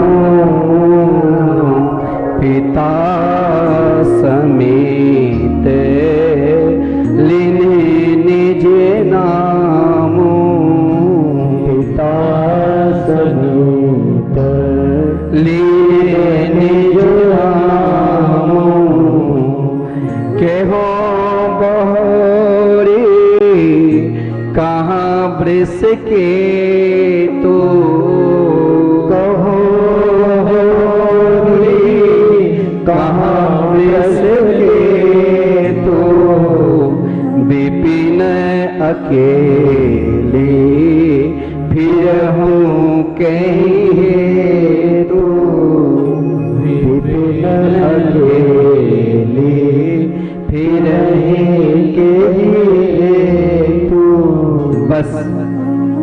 ही समझदार समझी। माता सती लज्जित हो गई, लेकिन भोलेनाथ तो भोलेनाथ है, जिसके हृदय में ही प्रेम, जो सदा मुस्कुराते रहते हैं। जान गया, अच्छा सती जी चमत्कार करके आ गई है। प्रभु से हाथ जुड़वा लिया, माता के रूप धारण। अभी पत्नी योग्य नहीं है, महाराज अलग से आसन दिया। सती ने तब से आराधना करने लगे भोलेनाथ के, हे प्रभु मेरे ऊपर आप कृपा करो, मेरे ऊपर कृपा करो। आज इधर दक्ष एक का अभिमान को दूर करना है और एक के ऊपर कृपा करना है। एक अभिमानी है कौन? दक्ष, जो सबको बुलाया लेकिन भोलेनाथ को आमंत्रण नहीं दिया। विशाल यज्ञ के कोई भी कार्य करो, स्वयं किसी को नीचे दिखाने के लिए नहीं कार्य करना चाहिए। महाराज अगर वो कार्य हम करते हैं कि महाराज हमने बहुत श्रेष्ठ कार्य किए, अगर हम किसी को नीचे दिखाने के लिए कार्य करते हैं तो उन कार्य में हमें सफलता नहीं मिलती है। महाराज जब शव विमान पर बैठकर जा रहे थे तो सती अपने घर में बैठी हुई थी, लेकिन देवर्षि नारद जी ने कहा, देखिए वैष्णव की कृपा, यही तो संतों की कृपा। देवर्षि नारद जी ने सती से कहा, बहुत सुंदर समय है, पिता को भी पहचान लोगी और भोलेनाथ को भी प्राप्त कर लोगी बराबर रूप में। तो कहा कि अरे सती जरा ऊपर देखो। ऊपर देखा तो हजारों विमान। बोले ये सब कहाँ? बोले ये आपके पिता विशाल यज्ञ कर रहे हैं, जिस यज्ञ में सब हरिद्वार कनकल पहुंच रहे हैं। समस्त देवता अपने अपने पत्नी देवांगनाओं के साथ सबके सब कनकल क्षेत्र पर जा रहे हैं। महाराज सती ने भोलेनाथ से कहा, भोलेनाथ सब कुछ जानते हुए बोले, जहां 3 जगह कभी नहीं, जहां महाराज आमंत्रण न दे वहां जाना ही नहीं चाहिए। और पिता के यहां, मित्र के यहां किसी कारण महाराज सती ने कहा भूल भुलैया में नहीं दिया होगा। बोले भूल भुलैया अलग बात है, ये तो जानबूझकर दक्ष ने इस प्रकार काम किया है। लेकिन सती नहीं मानी, क्रोध में आकर कहा कि सबसे अधिक क्रोध उनके अंदर ज्वाला आ गई। उसने कहा कि महाराज इससे बढ़िया तो जलाकर राख कर दो, क्यों नहीं? भगवान भोलेनाथ ने कहा इतना क्रोध करना ठीक नहीं। कहा ठीक है देवी तुम जाओ। और महाराज सती को स्वयं भगवान ने श्रृंगार कर दिया। संपूर्ण जो भी उनके प्रिय था, तोता मैना जो भी, और साथ में कुछ भूत प्रेत यक्ष को भी साथ कर दिया, जाओ माता की सुरक्षा करना। लेकिन जब वहां पर गई तो अभिमानी, देखिए यही होता है धर्म। धर्म अर्थ काम मोक्ष 4 पुरुषार्थ की कथा है। और महाराज उन अभिमानी ने भोलेनाथ को नीचे दिखाने के लिए यज्ञ किया और सभी से कह दिया, देखो सती से कोई भी बात मत करना। आदरणीय श्रीमान सुखदेव जी वर्णन करते हैं, प्रजापतस्ते स्वस्वरस्य सांप्रतम निर्यापितो यज्ञ महोत्सव किल वयं च तत्राभि स राम वामते यत्यर्थितामि विबुधा व्रजन्ति। आज सती अपने पिता के द्वार पर बिना भोलेनाथ ने बहुत समझाया तब भी नहीं मानी और स्वयं चल दी। लेकिन वहां गई तो महाराज पिता के डर से कोई बहन बात नहीं की। गोस्वामी तुलसीदास जिस भाव को भी बड़ा सुंदर भाव में दिया, पिता भवन जब गई भवानी दक्ष त्रास काहो न सन्मानी सादर भले ही मिले ही एक माता भगिनी मिले ही बहुत मुस्काता।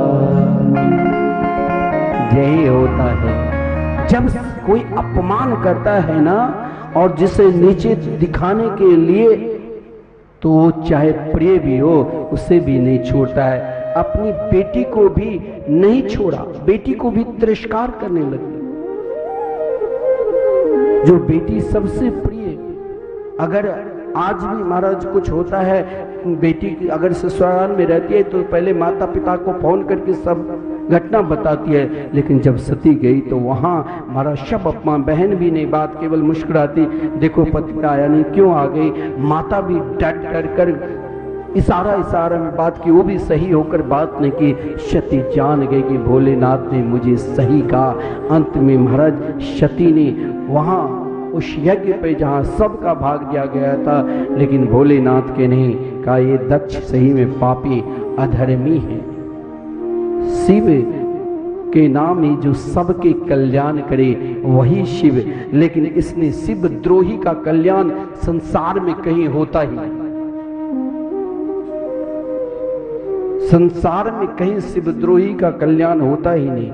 स्वयं सती ने कहा, यदुदोक्षरमना गिरेरितम नृणां सकृत प्रसंगा दगमाशु हन्ति पवित्र कीर्तिम तमलंघ्य शासनम भवानो दृष्टि शिवम शिवेतर। अरे दुष्ट पापी दुराचारी, तुमने भगवान शिव से द्रोही क्या?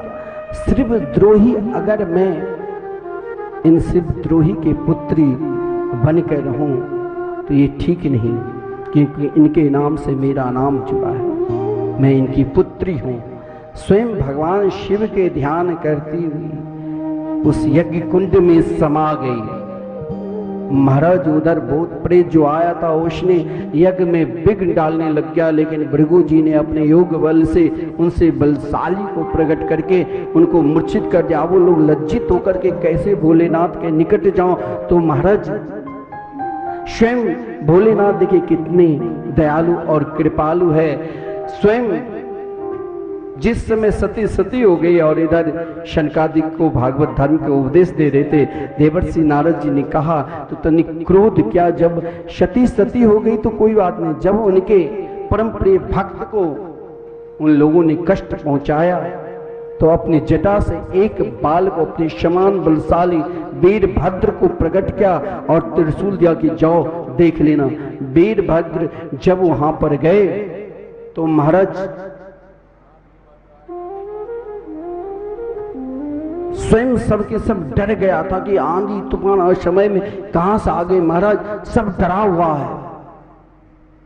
वीरभद्र ने एक एक से बदला ली, साथ ही और भी जितने भूत प्रेत छुपे थे वो भी आ गए, एक एक से बदला लिया और महाराज उन दक्ष को उसी प्रकार दंड दिया जिस प्रकार श्राप मिला था।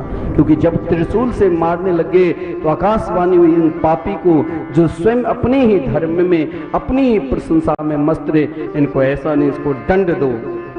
बोले दंड दो कि कृपा कर दूं? बोले अब आपके हाथ में, बोले कृपा ही कर देता हूं। उनकी धड़ सिर से अलग नहीं किया, उसको जैसे वस्त्र को हम निचोड़ते उसी प्रकार निचोड़ कर सिर को हवन कुंड में दे दिया। भृगु को भी 2-4 दाढ़ी नोट लिए, पूषा को भी दांत तोड़ दिया, सबको दंड मिला। फिर समस्त देवता ने जब स्तुति की भोलेनाथ को, तो महाराज समस्त देवताओं की स्तुति सुनकर स्वयं भोलेनाथ, साथ में भगवान विष्णु, बिना नारायण से काम ही नहीं चलता है, ब्रह्मा त्रिनो देव आकर दक्ष को भी महाराज बकरा के सिर, बकरा कहते हैं अज को, बकरा हर हमेशा मैं करता रहता है, चाहे उसे कितना खिलाओ तब भी वो बोलता ही रहेगा। और अज मतलब ब्रह्म भी होता है। यही धर्म एक दिन किसी संत की कृपा हो जाए, किसी महापुरुष की कृपा हो जाए तो अज मतलब बकरा भी होता है और अज मतलब ब्रह्म भी होता है। जब वैष्णवानाम यथा शंभु, जब किसी वैष्णव की कृपा हो जाएगी तो स्वयं हम भगवत भजन करने लग जाएंगे। दक्ष के ऊपर स्वयं भोलेनाथ की कृपा हुई तो दक्ष भगवत भजन करने लग गई।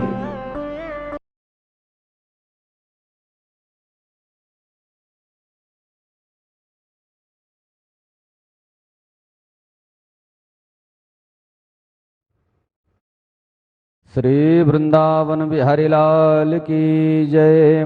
बहुत ही दिव्य कथा हम सभी भक्त पूज्य महाराज श्री के मुखारबिंद से श्रवण कर रहे हैं। निवेदन करूंगा एक बार जोरदार तालियों से पूज्य महाराज श्री का स्वागत करेंगे।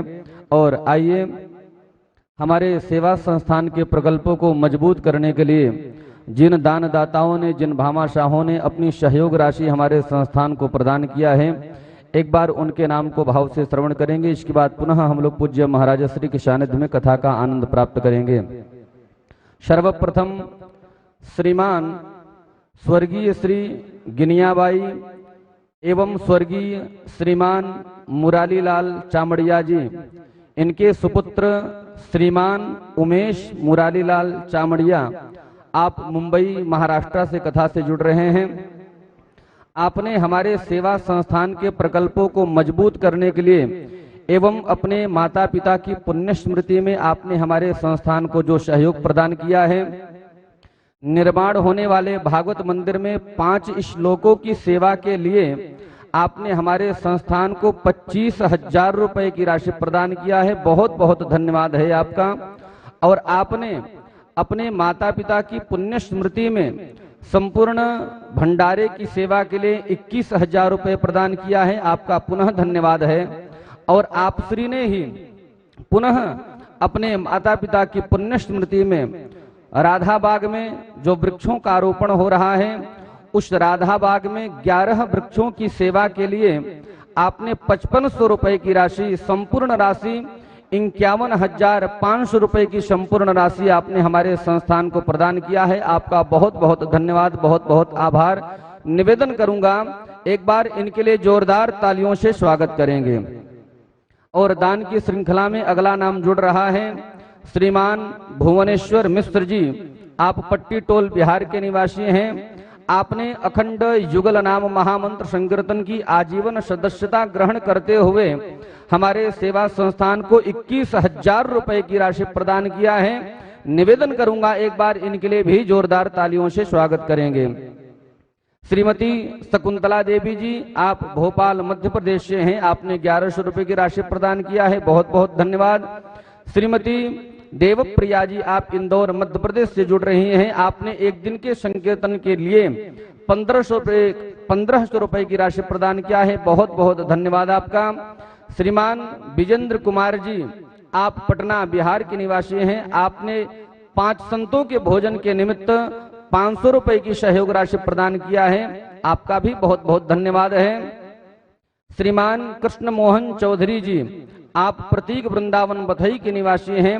आपने भी 5 संतों के भोजन का संकल्प लेते हुए 500 रुपए की सहयोग राशि हमारे संस्थान को प्रदान किया है। बहुत बहुत धन्यवाद, बहुत बहुत आभार। मैं निवेदन करूंगा एक बार इन समस्त दानदाताओं के लिए, भामाशाहों के लिए जोरदार तालियों से स्वागत करेंगे। जिन दानदाताओं ने हमारे सेवा संस्थान के प्रकल्पों को मजबूत करने के लिए अपना सहयोग प्रदान किया है, ठाकुर श्री बांके बिहारी एवं पूज्य महाराज श्री से आप सभी भक्तों के लिए शुभाशीष मंगल कामना। आप लोगों के ऊपर ठाकुर श्री बांके बिहारी की कृपा बनी रहे। और निवेदन करूंगा जो भी भक्त टीवी के माध्यम से कथा से जुड़ रहे हैं, आज श्रावण मास का तृतीय सोमवार है। वैसे तो संपूर्ण श्रावण मास ही परम पावन पुनीत है, लेकिन श्रावण मास में जो सोमवार का दिवस है वह हमारे भूत भावन भोलेनाथ को अत्यंत प्रिय है। तो मैं निवेदन करूंगा, श्रावण का मास है, पवित्र सोमवार का दिन है, तो मैं आप सभी दानदाताओं से निवेदन करूंगा यदि आप लोग आज के दिन यदि थोड़ा सा भी दान करेंगे तो वह बहुत बड़ा फलदायी होगा। तो मैं निवेदन करूंगा दोनों हाथों को खोल करके ठाकुर श्री बांके बिहारी ने आपको जिस योग्य बनाया है, आप हमारे सेवा संस्थान के प्रकल्पों को मजबूत बनाने के लिए अपना दान जरूर प्रदान करें। और निवेदन करूंगा आज तृतीय सोमवार है, हम लोग मंदिरों में जाकर के दूध चढ़ाएंगे, भोलेनाथ के ऊपर बिल्वपत्र चढ़ाएंगे, उससे तो भोलेनाथ प्रसन्न होंगे ही होंगे। लेकिन यदि आपने किसी एक भूखे बच्चे को, यदि आपने किसी एक साधु, किसी एक संत, किसी एक वैष्णव के मुख में निवाला दे दिया, यदि आपने भोजन करा करके उनके पेट को भर दिया, तो आप विश्वास मानना भोलेनाथ तुरंत प्रसन्न हो जाएंगे और आपकी संपूर्ण मनोकामनाओं को पूर्ण कर देंगे। तो मैं निवेदन करूंगा आज सोमवार का परम पावन दिवस है, आप लोग दोनों हाथ खोल करके अपने दान को दें। मैं आप लोगों का आह्वान करता हूं हमारे सेवा संस्थान के द्वारा आपकी टीवी स्क्रीन पर हमारे संस्थान के टेलीफोन नंबर एवं संस्थान के बैंक अकाउंट नंबर टेलीकास्ट हो रहे हैं। उन बैंक अकाउंट में अपनी सीधी राशि को भेज करके अपने नाम की घोषणा करवा करके पुण्य लाभ को प्राप्त कर सकते हैं। आइए अब हम सभी भक्त प्रवेश करते हैं पूज्य महाराज श्री के सानिध्य में। श्री वृंदावन बिहारी लाल की जय।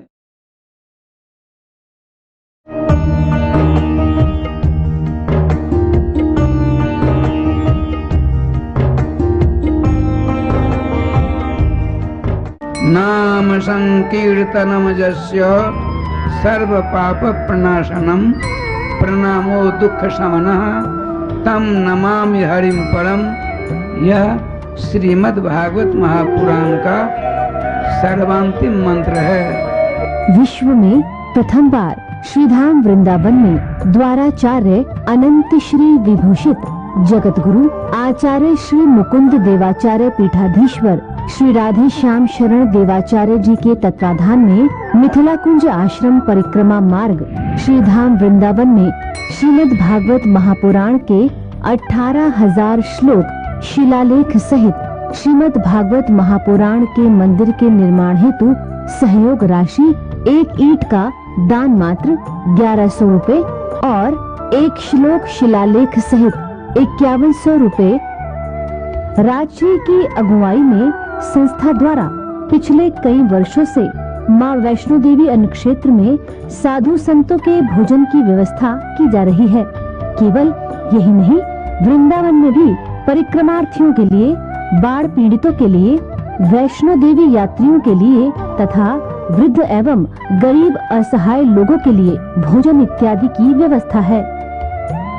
और श्रीधाम वृंदावन में लगातार अखंड संकीर्तन, हरिनाम संकीर्तन एकमात्र मिथिला कुंज आश्रम में लगातार 30 वर्षों से चलता आ रहा है। आप भी अपना या अपने पूर्वजों, अपने परिवारजनों या अपने बच्चों के नाम संकीर्तन करवाना चाहते हैं तो एक दिन का संकीर्तन 1500 रुपए और एक महीने का संकीर्तन 15,000 मात्र है।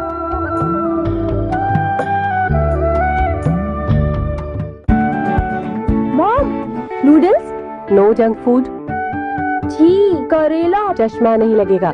और मेरे बालों के लिए हेल्दी बाल बनेंगे हर रोज प्योर रूट्स शैम्पू लगाने से। अपने बालों को रोज दीजिए व्हीट और सोयाबीन के पोषण से भरा प्योर रूट्स प्रोटीन शैम्पू, जिससे बाल बने मजबूत,